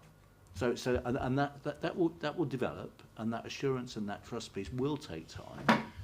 But we need to get to the place where, as a board, we feel confident that the people who are not sitting around this table are doing the best of their ability, and that we deal with the issues that are the point I've been making a lot nationally recently is let the people who are delivering care deal with the performance, and let the ICBs deal with the problems, and to differentiate those two. But recognising you've still got to sit in front of the region and the national team to justify your existence. Okay. Really well said. Yeah, thank you for that, Nick. So focus on the right thing in the right way at the right time. I'll come back. No, I just want to, I know you weren't being critical, but I just want to say that, Go on, Frida. I just want to make a little tiny point, is that when you do look at KPIs being fewer in primary care, yet we have the greatest amount of contact, the least investment is in primary care. It correlates with it. Maybe because you've got those KPIs, the driver of investment may Well, be possibly. the secretary of state wakes up tomorrow Yeah. goes, I think the key to fundamental GP practices is the excellence. And let's hope she does. Okay. So what we've got to, as a board today, of course, we've also got to be careful that we don't spend too much time violently agreeing with each other as well. So let's keep moving. Let me go to Steve and then Stuart. Well, I was going to say something, but supportive of Ed's comments. We've got to have something that comes to. There's got to be some mechanism that we get in front of this board, the top end of the indicators. Don't want to get into all the. I don't want to look at your balance sheet. The last thing I want to look at. Thanks very much, Nick. And I absolutely buy into what you're saying about the experts in delivering stuff and making things different and better are actually in the front end. Whatever the provider end is called, that's where people are who know how to do the stuff. So the more we can empower them to get on and fix, the better. But, I don't like buts, but you've got to have one. But we do get over, somebody looks over our shoulder. And we've got to make sure that when they look over our shoulder, we're doing enough of the things that matter to them that they say, tick VG, we're off. So it's balance again. And at the same time, build in those things that we think really matter to us and our population. You might put that the other way around, I don't mind, but those are things that our regulator hopefully will be impressed that we're attending to, but they might not care one iota whether we do or we don't. But that's what we've got to try and focus on, and I'm anxious to understand quite how we make that happen here without us getting a copy of the 61 KPIs plus the other 47 the Secretary of State invented last week, plus the, because I know it's not 61 when you start them up. I've seen it before. You've probably got a list of 237, because that's what the number was when I was a boy, and it probably still is 237. So we've got to find a way of making that happen. And I wonder, is that our SOAC? Is that where we expect all that to be brought together, and a summation of what's important finds its way to us, or is it something else? Let me go to Paul. If I can come back to that, the way we've started to build this up has been deliberately in that way. So what you've actually got in the document, if you want, is a dashboard with a narrative. The way I'm thinking about it is for SOAC to analyse, look at it, bring the intelligence forward, the recommendations of what the machination of the conversation that have come out. But of course, I think all the data should be freely available to any board members to look at it, should they wish to look at it. And the reason why Power BI is so important is that it is available online for all to see and to look at it should they wish to integrate the system. Absolutely. The more visibility it has, the more people, the more reliable it becomes. Yes. The more reliable it is because more people ask sensible questions and then it gets what we want. And I think what Ed was getting to is that because some of the national pressure and some of the key metrics, there is no reason why that can't be as a summary be attached to an appendix to say this is where we are as information. But my vision, my thoughts are that you've got a summary paper from the SOAC outputs into the board. Yeah, that would be good. And I think in terms of performance indicators and identities and so on. I'm glad Steve supports that. Let me go Stuart and then Peter. Stuart. Maybe this links to Ed's point about what's important to local people, but I think we obviously have this list of indicators, and whichever length of it is, 200 and something or even further. I think for me is about, as we develop our local intelligence functions and build on them, it is about how we also view that. So we could just look at those normal global indicators, but actually what does it mean for different parts of our population? And I think there is an inequalities lens that we need to put on there, because we can still be tapping ourselves on the back saying we've now met that benchmark, but actually we might not be meeting it for all the population. So if you want to put some effort and resource in, you've got to do what you need to do for your regulators, but I think we need to be challenging ourselves particularly about what it means for different parts of the population, because we may not be achieving it for everybody. Thank you, Stuart. Well said. And Peter? So really brief, because he's nicked my points. Exactly. There's no point in improving diagnosis and treatment if we're not improving it for the worst affected outcomes and communities. And totally agree. Whether we're having to track 100, 200, 300 indicators, we need to know what are the 10, 20 that we really care about and want to move the dial on. Yep. Thank you, Susanna. So, I mean, it's just worth saying that as we work through both our integrated care strategy and also the process around planning, joint forward plan, and obviously planning through other parts of the system as well, this issue about measurement is really important. We've agreed through our strategy to kind of weave measurement through. We've agreed to base that on the things that people tell us are most important to them. There's a difference between impact in terms of population outcomes, people's experiences, and also impact on equalities, which we're kind of teasing apart at the moment through that process. There's a difference between population accountability and performance accountability. So it might be that once we've kind of got a bit further into that and kind of shaken out all of the things that we possibly can measure, and some of the things at the moment we're blind to and we don't necessarily measure, that we bring that back. But by far, and I'm just thinking back about the experiences we've had as an STP and then an ICS, and obviously I just left school when the STP started, that what was most important, I think, was the fact that data was shared and it was available and it was visible, and the fact that we shared data so openly as the system built trust, and you know, that is just really important. So maybe if we just start sharing that information, it will start to kind of bring forth kind of, you know, some attention on some of the things that are really important. So thank you, Paul. Okay. So we are, as a board, asked to receive, note and endorse the next steps and developments.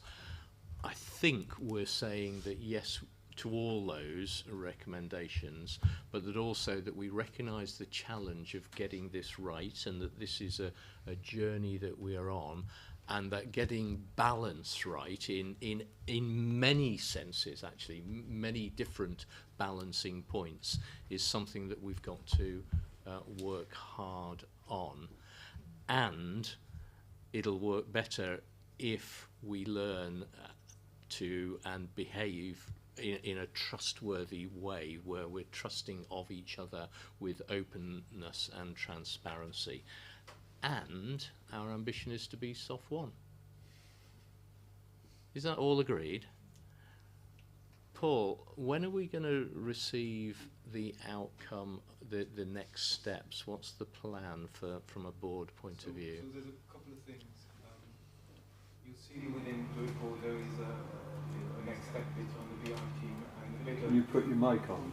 Apologies. A bit of a let's manage expectation bit, because actually this is an awful lot of work. So there is clearly a process within that.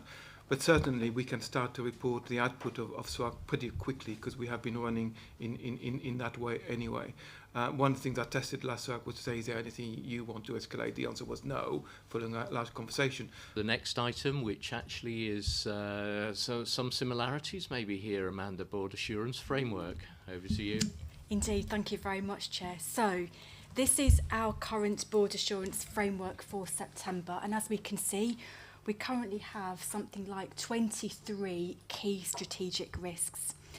Now, what I think is important to note is the design is very much work in progress, and as discussed at the Audit Committee yesterday, we need to, I think, get better at the design of the framework, be better at what the risk is and what the mitigation is and the timeline. So all of that work is actually happening at the moment. and we actually are committed to going back to the audit committee, I think it's December, Steve, from memory, where we are aiming to present a revamped version of our BAF that hopefully will be acceptable and meaningful and the like, which in then turn will come to our board meeting in January. So that's very much work in progress. But I think in terms of managing our 23 or maybe less risks going forward, there is greater grit, I think, that we can play in terms of making sure the risks are managed appropriately. And I know this is something very dear to the executive committee in that they are committed to actually spending considerable time each month to go through each of the risks, make sure they are the right risk with the right leadership, with the right feed through to the various committees. So ultimately, the audit committee can be assured around process and the like. And then we as a board can be assured that we have the management in place and that we have got the totality of the risks for our system that we are actively managing. There may be other risks that we need to actually add as we move forward. But the point I wanted to also make is supporting this overarching BAF, we have a number of risk registers that have directorate-specific risks, if you like, which are reviewed monthly by the Risk Forum. And those risks we keep a watching eye on because they may actually escalate to our board assurance going forward. So that's something that I wanted to share with the board this afternoon.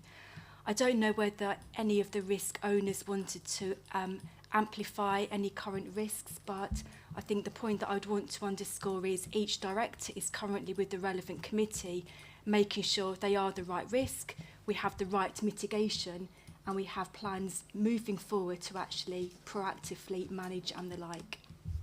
I'll leave it there, Chair, but very happy to take questions. Thank you very much, Amanda. As Amanda said, the audit committee met yesterday and had a conversation about this, and the BAF was presented as a work in progress, as a staging post. There are a number of important things that we were anxious were kind of taken forward in the review. One was the structural stuff that Amanda's mentioned, who owns it, when's it going to be, what's going to be done about it, what the mitigations, all that sort of stuff that needs to be kind of better reflected. There was a sense in which there were some risks that maybe hadn't been fully, there were risks emerging that needed more exposure in the risk register, things that have been coming up in committees at various points that are not yet fed through, and those need to be picked up. And so allied to that was how can we take what has been a register, or a process, I should say, that's been structured, we inherited from CCGs, in turn inherited from PCTs, and probably adapted from a health authority in whatever year it was. But anyway, certainly the PCTs and CCG bit has been a kind of, how do we adjust this process to reflect the fact that we're now thinking about the world in a somewhat different way, and a system approach. How does our framework acknowledge that we operate in a system, acknowledge the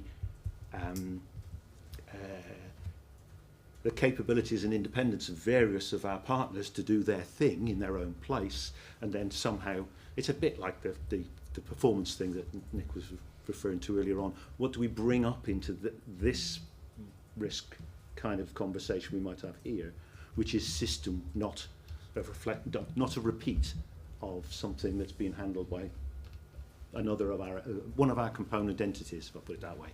So same issues really, or similar issues? Similar kind of issues, yeah. But that's the conversation we had yesterday, just to reassure the board that that's getting kind of some attention. And 15th of December is the date when we're planning to see a kind of reflect. Sorry, Steve, yeah. I just wanted to add to that there was about the ownership. We had quite an interesting discussion. I don't know, Nick, how you run your trust, for instance, but when I've been working, whenever I've been an exec, I've had my name against the board assurance framework domains that I'm responsible for, and there's been a platform that sends me an email saying it is due for review and you have to update it. So it struck me there's something we can do to automate the system.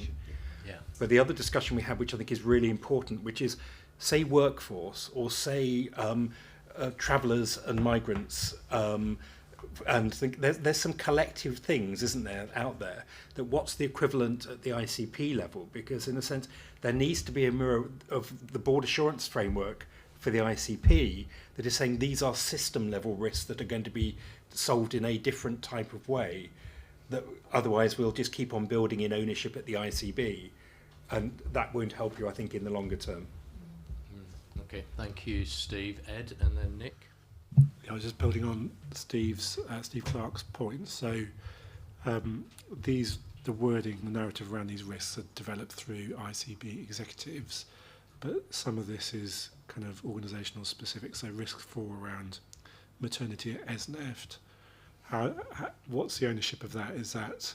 Should that be Lisa and Nick, as Nick's around the table? It feels a bit odd if it's not a kind of collaboratively owned risk. Yeah, and in that sense, Ed, you're also sending the sentiment of not walking away from any risks there. Yeah. No, but the idea is we're all in the room together, rather than a commissioner-provider split. Yeah. Thank you. Nick. I mean, really very similar comments. Very similar comments to what I said. I was looking particularly at the cancer risk. And it's interesting that the cancer risk strategically is failing the constitutional standard required by the Department of Health. I get that, but actually missing 62 days increases mortality in colorectal, urology, breast, and head and neck, and we know that. Now it's in there, and actually the cancer risk for the system is late diagnosis. It trumps any of this. 62 days, 31 days, 2 weeks, whatever. Late diagnosis is the biggest risk, and why we've got one of the worst outcomes in Europe. We should declare an interest. I chair the Cancer Alliance for the region. But surely that's the risk to the ICB, to the ICP, and to our population. The risk of failing constitutional standards probably sits with the organisations, but it comes back to the bit that we will be held to account as the Board for Constitutional Standards. So it's all the same, and I think it's a really, really rich discussion, and I think it's the beginning of and I'm just wondering how, as a board, we could take some time out, more sort of seminar style rather than board meetings, to really, whether it's performance, whether it's the BAF, because the BAF drives the performance. So I think it's a really good conversation, but the risk to our population is late diagnosis. That's a really good point, and I saw a lot of nods around the table, Nick, to almost everything you said there. But should we specifically take the suggestion of a time-out discussion into a development session on this and the wider issues? Everybody happy with that? Yeah, and maybe that might be sooner rather than later, mightn't it? Actually, so let's note that. Any other questions, Susanna? I think sooner than later would be a good idea, because I think this is very relevant to the conversation, to go back to the point about measurement and the issue about where are the specific risks for our population and how we're responding to those and so on. So we do need to wrap that into the kind of conversations about strategy, and it goes back to the debate which we're right in the middle of at the moment about how do we set priorities and how do we collectively manage kind of risks, if you like, that that people living in Suffolk and North East Essex are facing. Not if that's a bit different to organisations. So that would be good. Okay, thank you very much. So as a board, are we happy today to thank all the team that have done the work on this thus far, and there's a lot of people involved, obviously. Particularly thank Audit for the work so far. Recognise that it's a work in progress, that we approve it today as a work in progress, not a finished product, and that we look forward, actually this is going to come to the next board and in November, and then again in January post your, did you say December meeting, Steve? Yeah. So we look forward to future iterations and development. Let's not forget the kind of seminar kind of. And absolutely in development,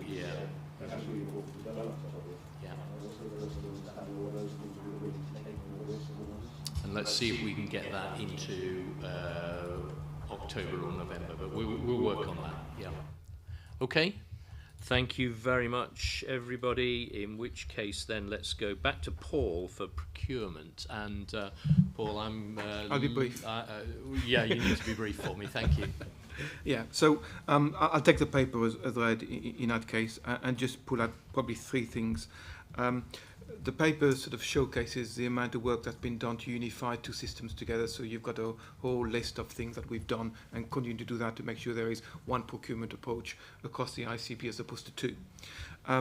The second bit of the conversation within the paper is we are trying to realign commissioning, finances, procurement and all those elements, because we have been through a very interesting time through the pandemic where a lot of the book tended to be thrown out the window because we need to move really, really quickly.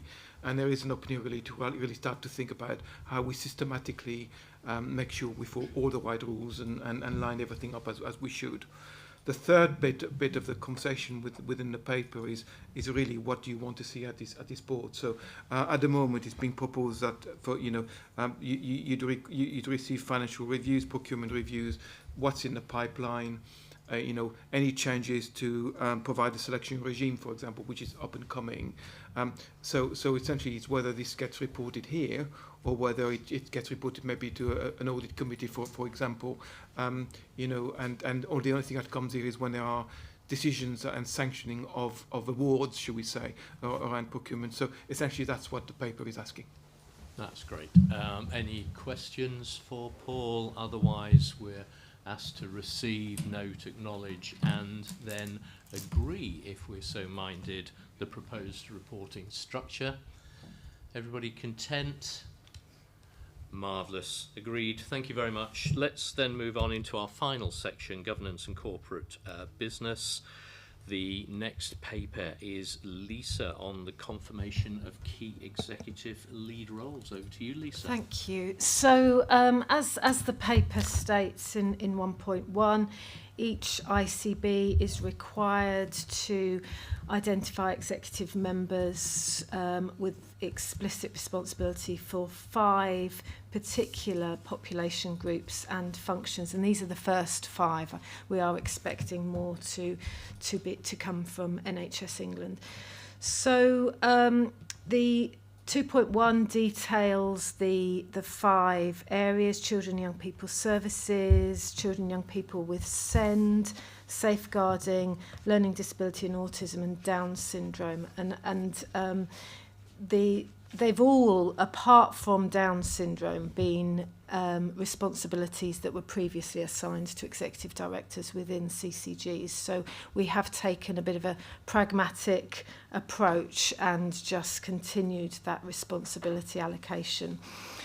So it details some of the functions, but again, we are expecting to get more information from NHSEI in time. But we are asking the board to note that the executive lead for children and young people services will be Richard as the Director of Strategy and Transformation. He was previously doing it in the CCG, so it makes sense for Richard to continue it. I will retain the exec lead for SEND. I will retain the exec lead for safeguarding, both children and adults. Exec lead for learning disability and autism is currently myself, and it makes sense to link the new responsibility around executive lead for Down syndrome to that portfolio as well. So obviously, this is just the SROs for it. There'll be a very much system approach to it, to all of those portfolios, and we are expecting some more statutory guidance later this year, which will set out the performance of the roles. So I'm just asking you to note the paper. Thank you, Lisa. Steve?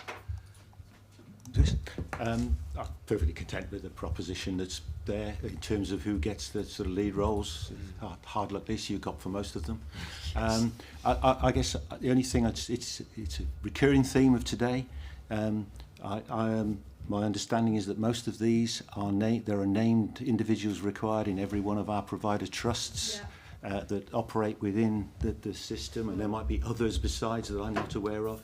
we need to find a way of making sure that we build on that, not replicate, because we've got the capable people out there that you can rely upon. So I think we already have really good processes for doing that. So, for example, Richard will say for children and young people, he's joint SRO with Alan Cadzow from Suffolk County Council, and similar with Chris Martin in Essex County Council. For learning disability and autism, it's very much a system group. Georgia Chimbani chairs the LDNA Suffolk. She's our Suffolk County Council lead. So we already work with the system partners really closely. It's just the ICB executive having named people. Thank you. Yeah, happy with that, Steve? Good, good. Any other questions for Lisa? Otherwise, noted. Wonderful, noted. Thank you very much. So then on to the next item, item 17, board capacity and diversity, Amanda. And this was requested by this board in our first meeting on the 1st of July. So here we are. Yeah, and Fanwell, please do join us. Thank you very much, Chair. So indeed it was something that the board requested in July. It very much is work in progress, but we did commit then that wherever we'd got to, we would present an interim update today, which is what this paper addresses. And I think in terms of summarising the paper, it's broadly in three components. One, around our broader ambition on the totality around EDI and the agenda and our board vision and strategy and the like, which I'll come back to. Then there is something around our current NEM capacity and how we may want to strengthen that going forward. And linked to that is then the wider succession planning of all of our roles around the board table. So if I take each of those points in turn, and then I'll invite Fanwell to come in as well. In terms of our broader ambition around ED&I think we would all agree it's vast, okay? And when I was at a meeting the other week with regional colleagues, Region are now offering each ICB board to actually do further development work on the EDI agenda. And their offer is to come out and meet us, perhaps at a board development session, and really get into the detail on where we currently are, where we would like to get to on ED&I, and how they could support us in our journey. So that's an offer that we may wish to accept or otherwise. And then linked to that is then the current issues around NEM capacity as we move forward. And we discussed briefly in July, and this paper identifies where we currently are compared to where we are with other ICBs within the system and beyond. And I think it's fair to say that we are not necessarily an outlier within the region, but potentially we are if we look beyond our east of England. So there is opportunity, I think, to take stock of that so that we can progress going forward. And then linked to that is that wider succession around building the capacity and capability for tomorrow. And one of the suggestions that clearly we can work up, if indeed that's something accepted by the board, is to look at how we may create associate non-executive members going forward, again as part of developmental and as part of our succession. So opportunity, and talking with other colleagues, I think it's something that other systems are currently considering at the moment. And that might be something that we actually think, yep, that's a good idea, just need a bit more thought on that. I'm going to pause there and invite Fanwell. Do you want to add anything to what I've just said? Thank you. Thank you, Amanda, and thank you, for inviting me here to talk about this issue, which I think some of you know it's something that we've been pushing for for quite a long time. Some of this sort of builds on some great work that we've done. From the What Are We Missing program during the COVID pandemic, which I think our communities are recognizing as some very good work, where we did sort of stepped outside of the box and said, what are our communities saying? What do we need? And we listened as a system. And I think building on some of the work that Susanna has done as well around thinking differently together and sort of whilst I in this paper, we're talking about the fact that we're not an outlier. But I think one of the things that we have done is taking leadership in some of these issues. And I'm not going to go into the kind of, why it's important to have, diversity on the board. I think everybody knows that. I think the bit that we are looking at in this paper is, the what and the how.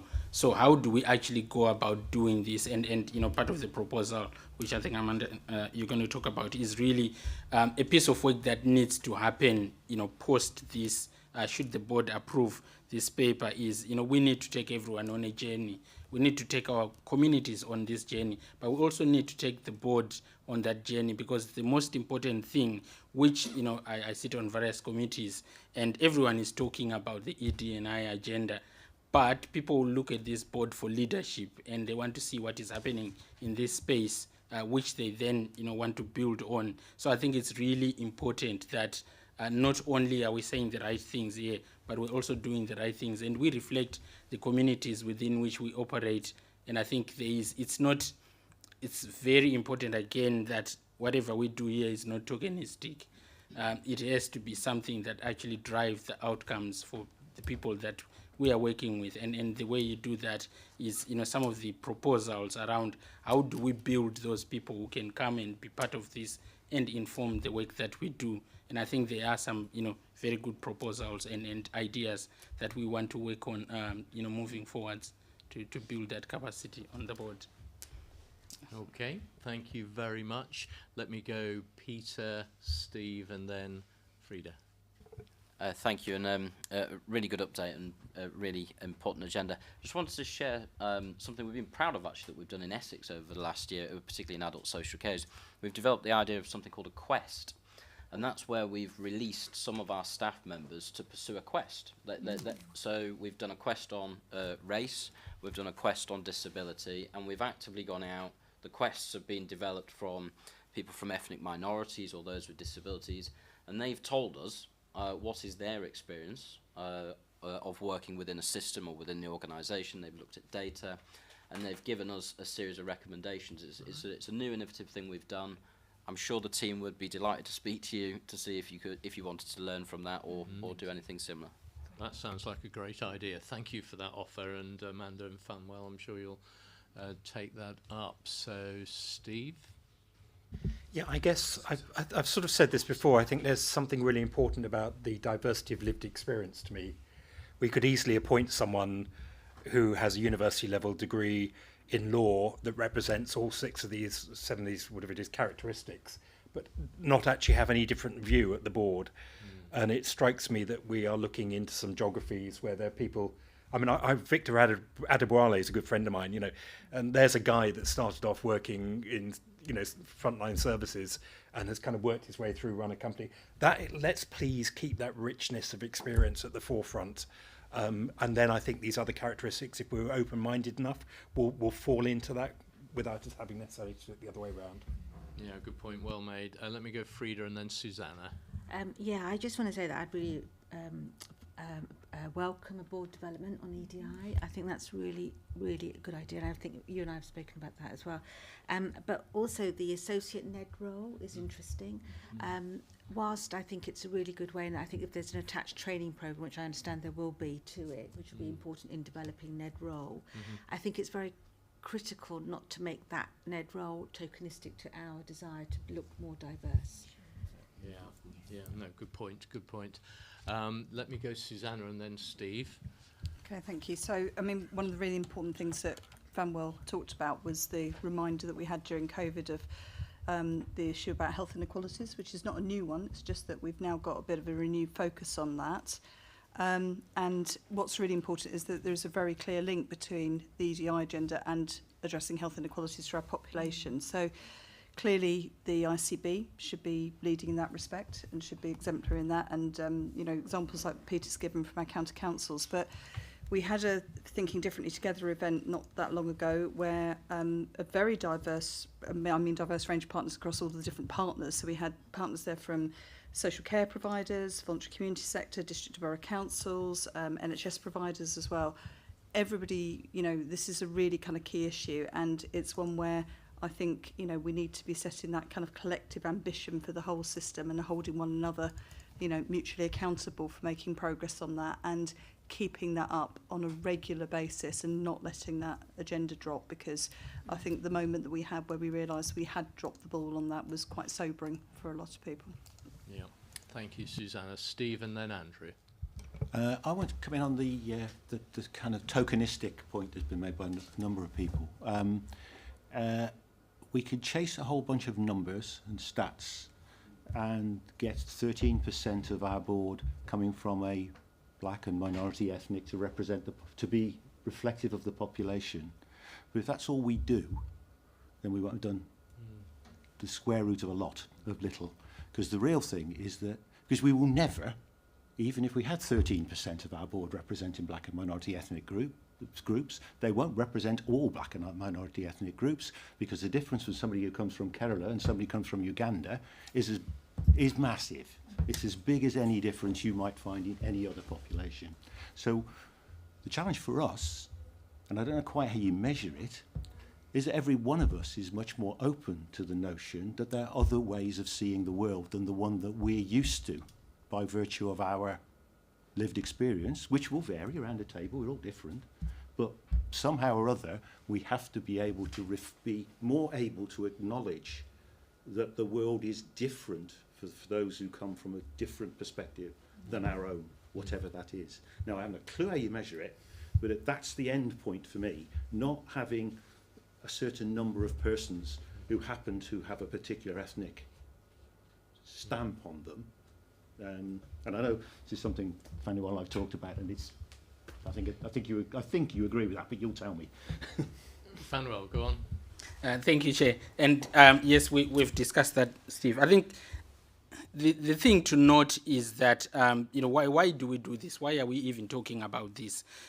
It is about the diversity of perspectives, which is shaped by people's lived experiences, that we want on this board. We're talking about addressing inequalities, and there are things that will be informed by people that are coming from different perspectives, different backgrounds that inform that process. Now, that is not to say somebody has to be black, brown, disabled to be able to do that. Some of the work that we're talking about that needs to be done with the board is really around how do we get the people that we have to start doing that reflective process and be able to say, if we thought about this, if we considered that, if we, and being able to factor that into the everyday, processes that we. So, yes, we can go on that journey and get everyone here to do that. But as we go on that journey, it might also be useful to then have, some of those people with that lived experience to be part of that as well.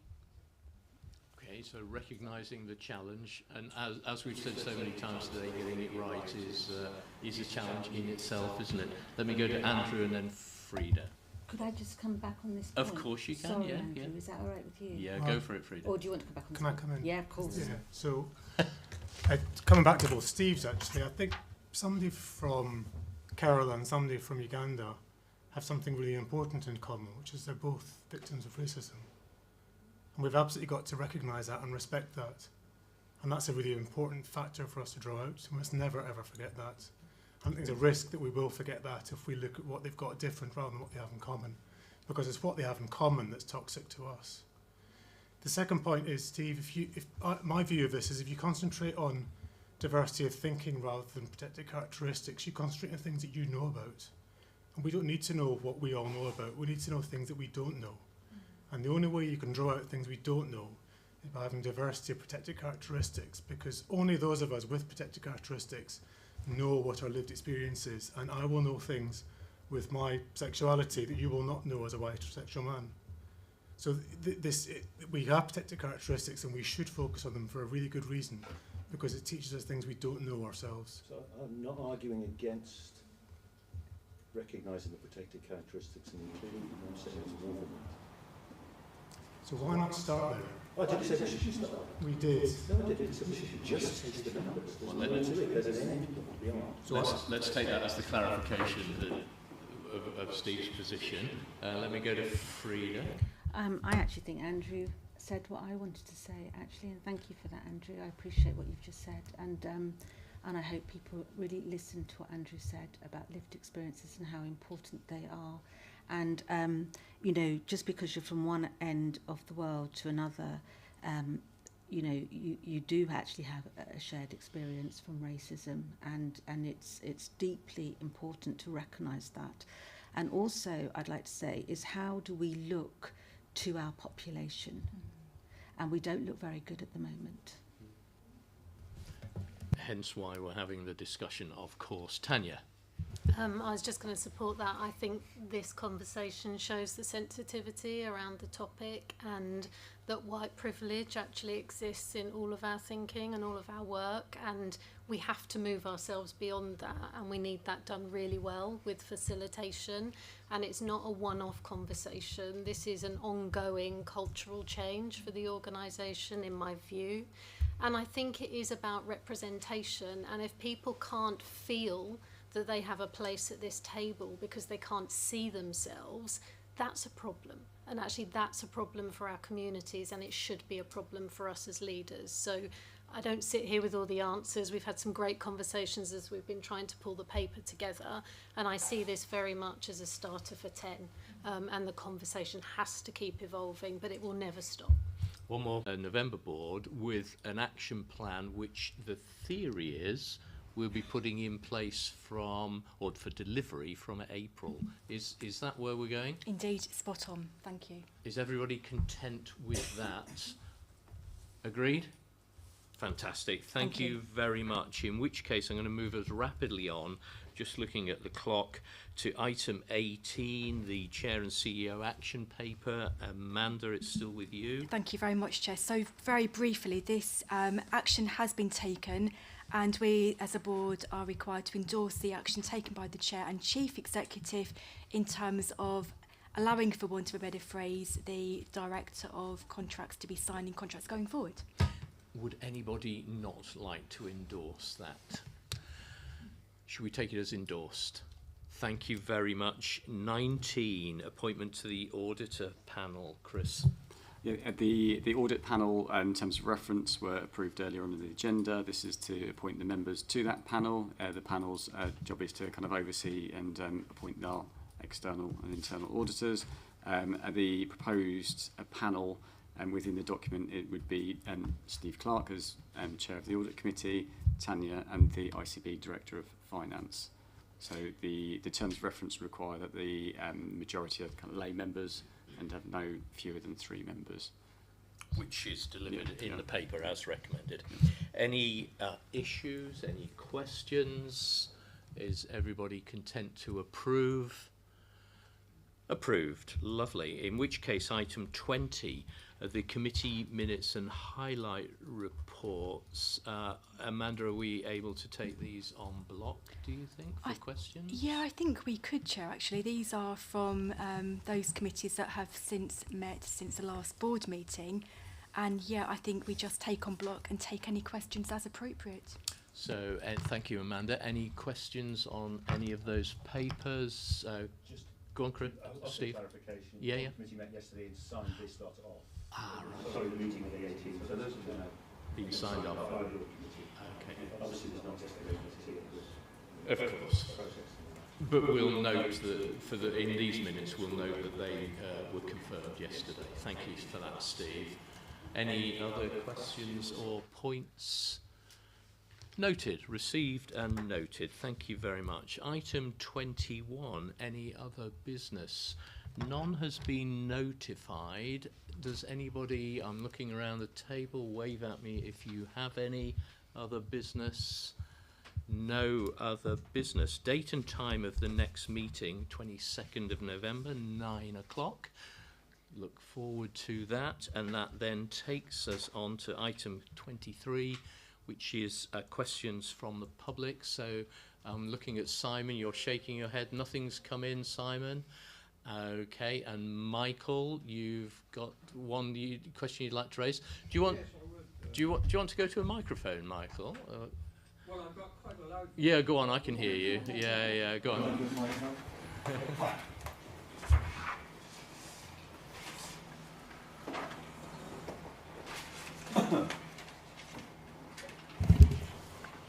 I'm a technophobe, so I've not been able to meet or follow any of your meetings or the preceding meetings by the CCG, and this is the first opportunity I've had to come to a public gathering of your good selves. It looks as if you've got a massive task ahead of you, and I sympathise with every one of you.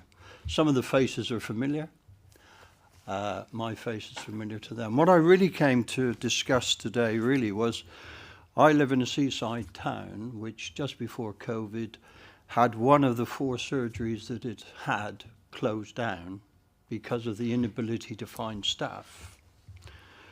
Since that time, the number of dwellings that are being built in our town is somewhere in excess of 4,000. That's of a population currently that's housed in just over 11,000 dwellings. I'm a member of my PPG of my surgery, and we recently had a meeting at which we asked what progress was being made on being able to meet the demand of an additional 10,000 people. And our partner doctor said that they had plans and they'd gone forward, and they were told that the NHS was not prepared to guarantee the loan to enable the building and the expansion, so that the service that I'm getting and future prospective patients would get would be able to be met and funded. Can you explain why the SIL that is taken from developers, etc., isn't able to be utilised straightforwardly to meet the demands that they will be putting on the existing primary care services? Okay. Just a simple question. Yes, it might not be a simple answer, and it may be something that we have to answer in slower time. But I'll follow Frida. If that's you over to Frida first, then. Yeah, I had a similar experience in my practice where we wanted to develop, because we've got also our village is growing and growing and growing, and we put forward, we own out, we're a practice owning, we own, the partners own the building, and we had a developer, so very similar to what you're describing in Felixstowe, and what happened was we have a market surveyor, basically a valuer who NHS anoints or whatever, and they come across and they tell us exactly what our practice is worth to the NHS in rentable value. So basically the NHS rent our property that we own for a certain amount of money. Now when the developer comes along and he builds a £2 million building or extends for £1 million or whatever it is, he will have different expectations to what the valuer will have.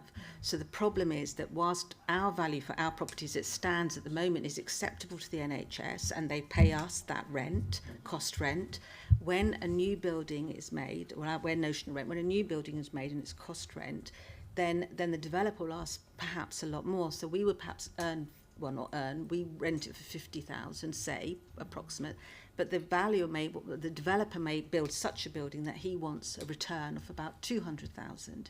And that kind of conflict is what is prohibitive in terms of primary care development, estate development. Because whilst we go to developers, and we then become tenants essentially and no longer owners on a lease, the point is that the difference between what we at the moment with not fit for purpose premises are being paid is far less than what these new beautiful developments will cost if the NHS agree to do that. And unfortunately the money isn't in the system to pay the developers what they want and probably need to cost their own outgoings, and yet we're much cheaper basically. And that's the conflict a lot of primary care, particularly partnership owning properties, are having in terms of development. Does that all make sense to you? Yes, very helpful. Yeah, I hear your answer, but in our situation, the building is brand new. They're looking to extend the existing building.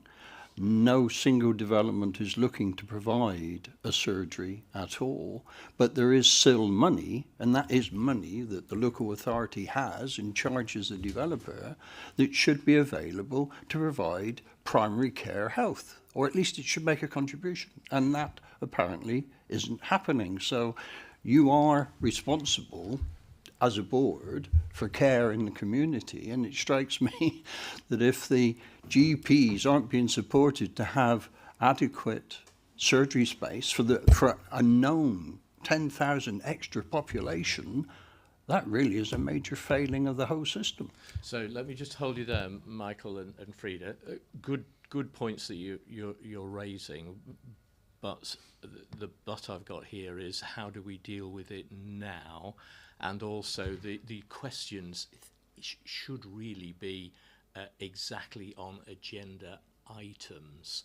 So the way we I think should be dealing with this is perhaps to take Michael's points and actually answer in a slower speed. I don't mean slow, but in a written way, and we can add a written answer to Michael's question to the minutes, which will go on the website. But let me go to Ed to see if you can make sense of that as an approach, Ed.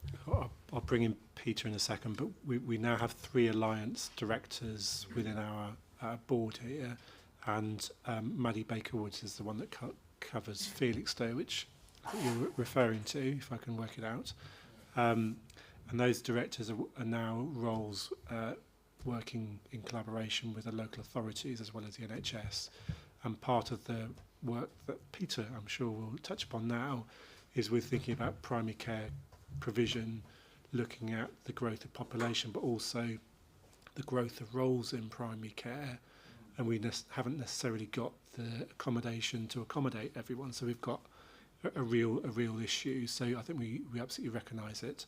I'll ask Maddie to follow up with you specifically on the Grove, and Peter, you may want to add your perspective. Go on, Peter. Thanks. Yeah, I'd probably said something similar. What would I wish Maddie would say if I wasn't here, so to speak, on our behalf? I think it's 2 follow-ups. There is a specific response to the Felixstowe circumstances, but I think this has a much wider, SNE-wide national issue, that if we have this massive ambition for left shift and we've got growing populations that are not evenly distributed, so this falls differentially, and that lease story is one that is told many times around SNE. So I think there is a strategic theme for us to return to as a board, because it's a major strategic issue we're going to need to find a way through. So I think there's suggesting those you've said there are two courses, 2 things to follow up to bring back as a future item. Great. So we'll deal with that as a written response. Thank you very, very much, Michael. Thank you. Okay, everybody. So 10 to 5, we've dealt with the entire agenda. I think we can close the meeting as of now.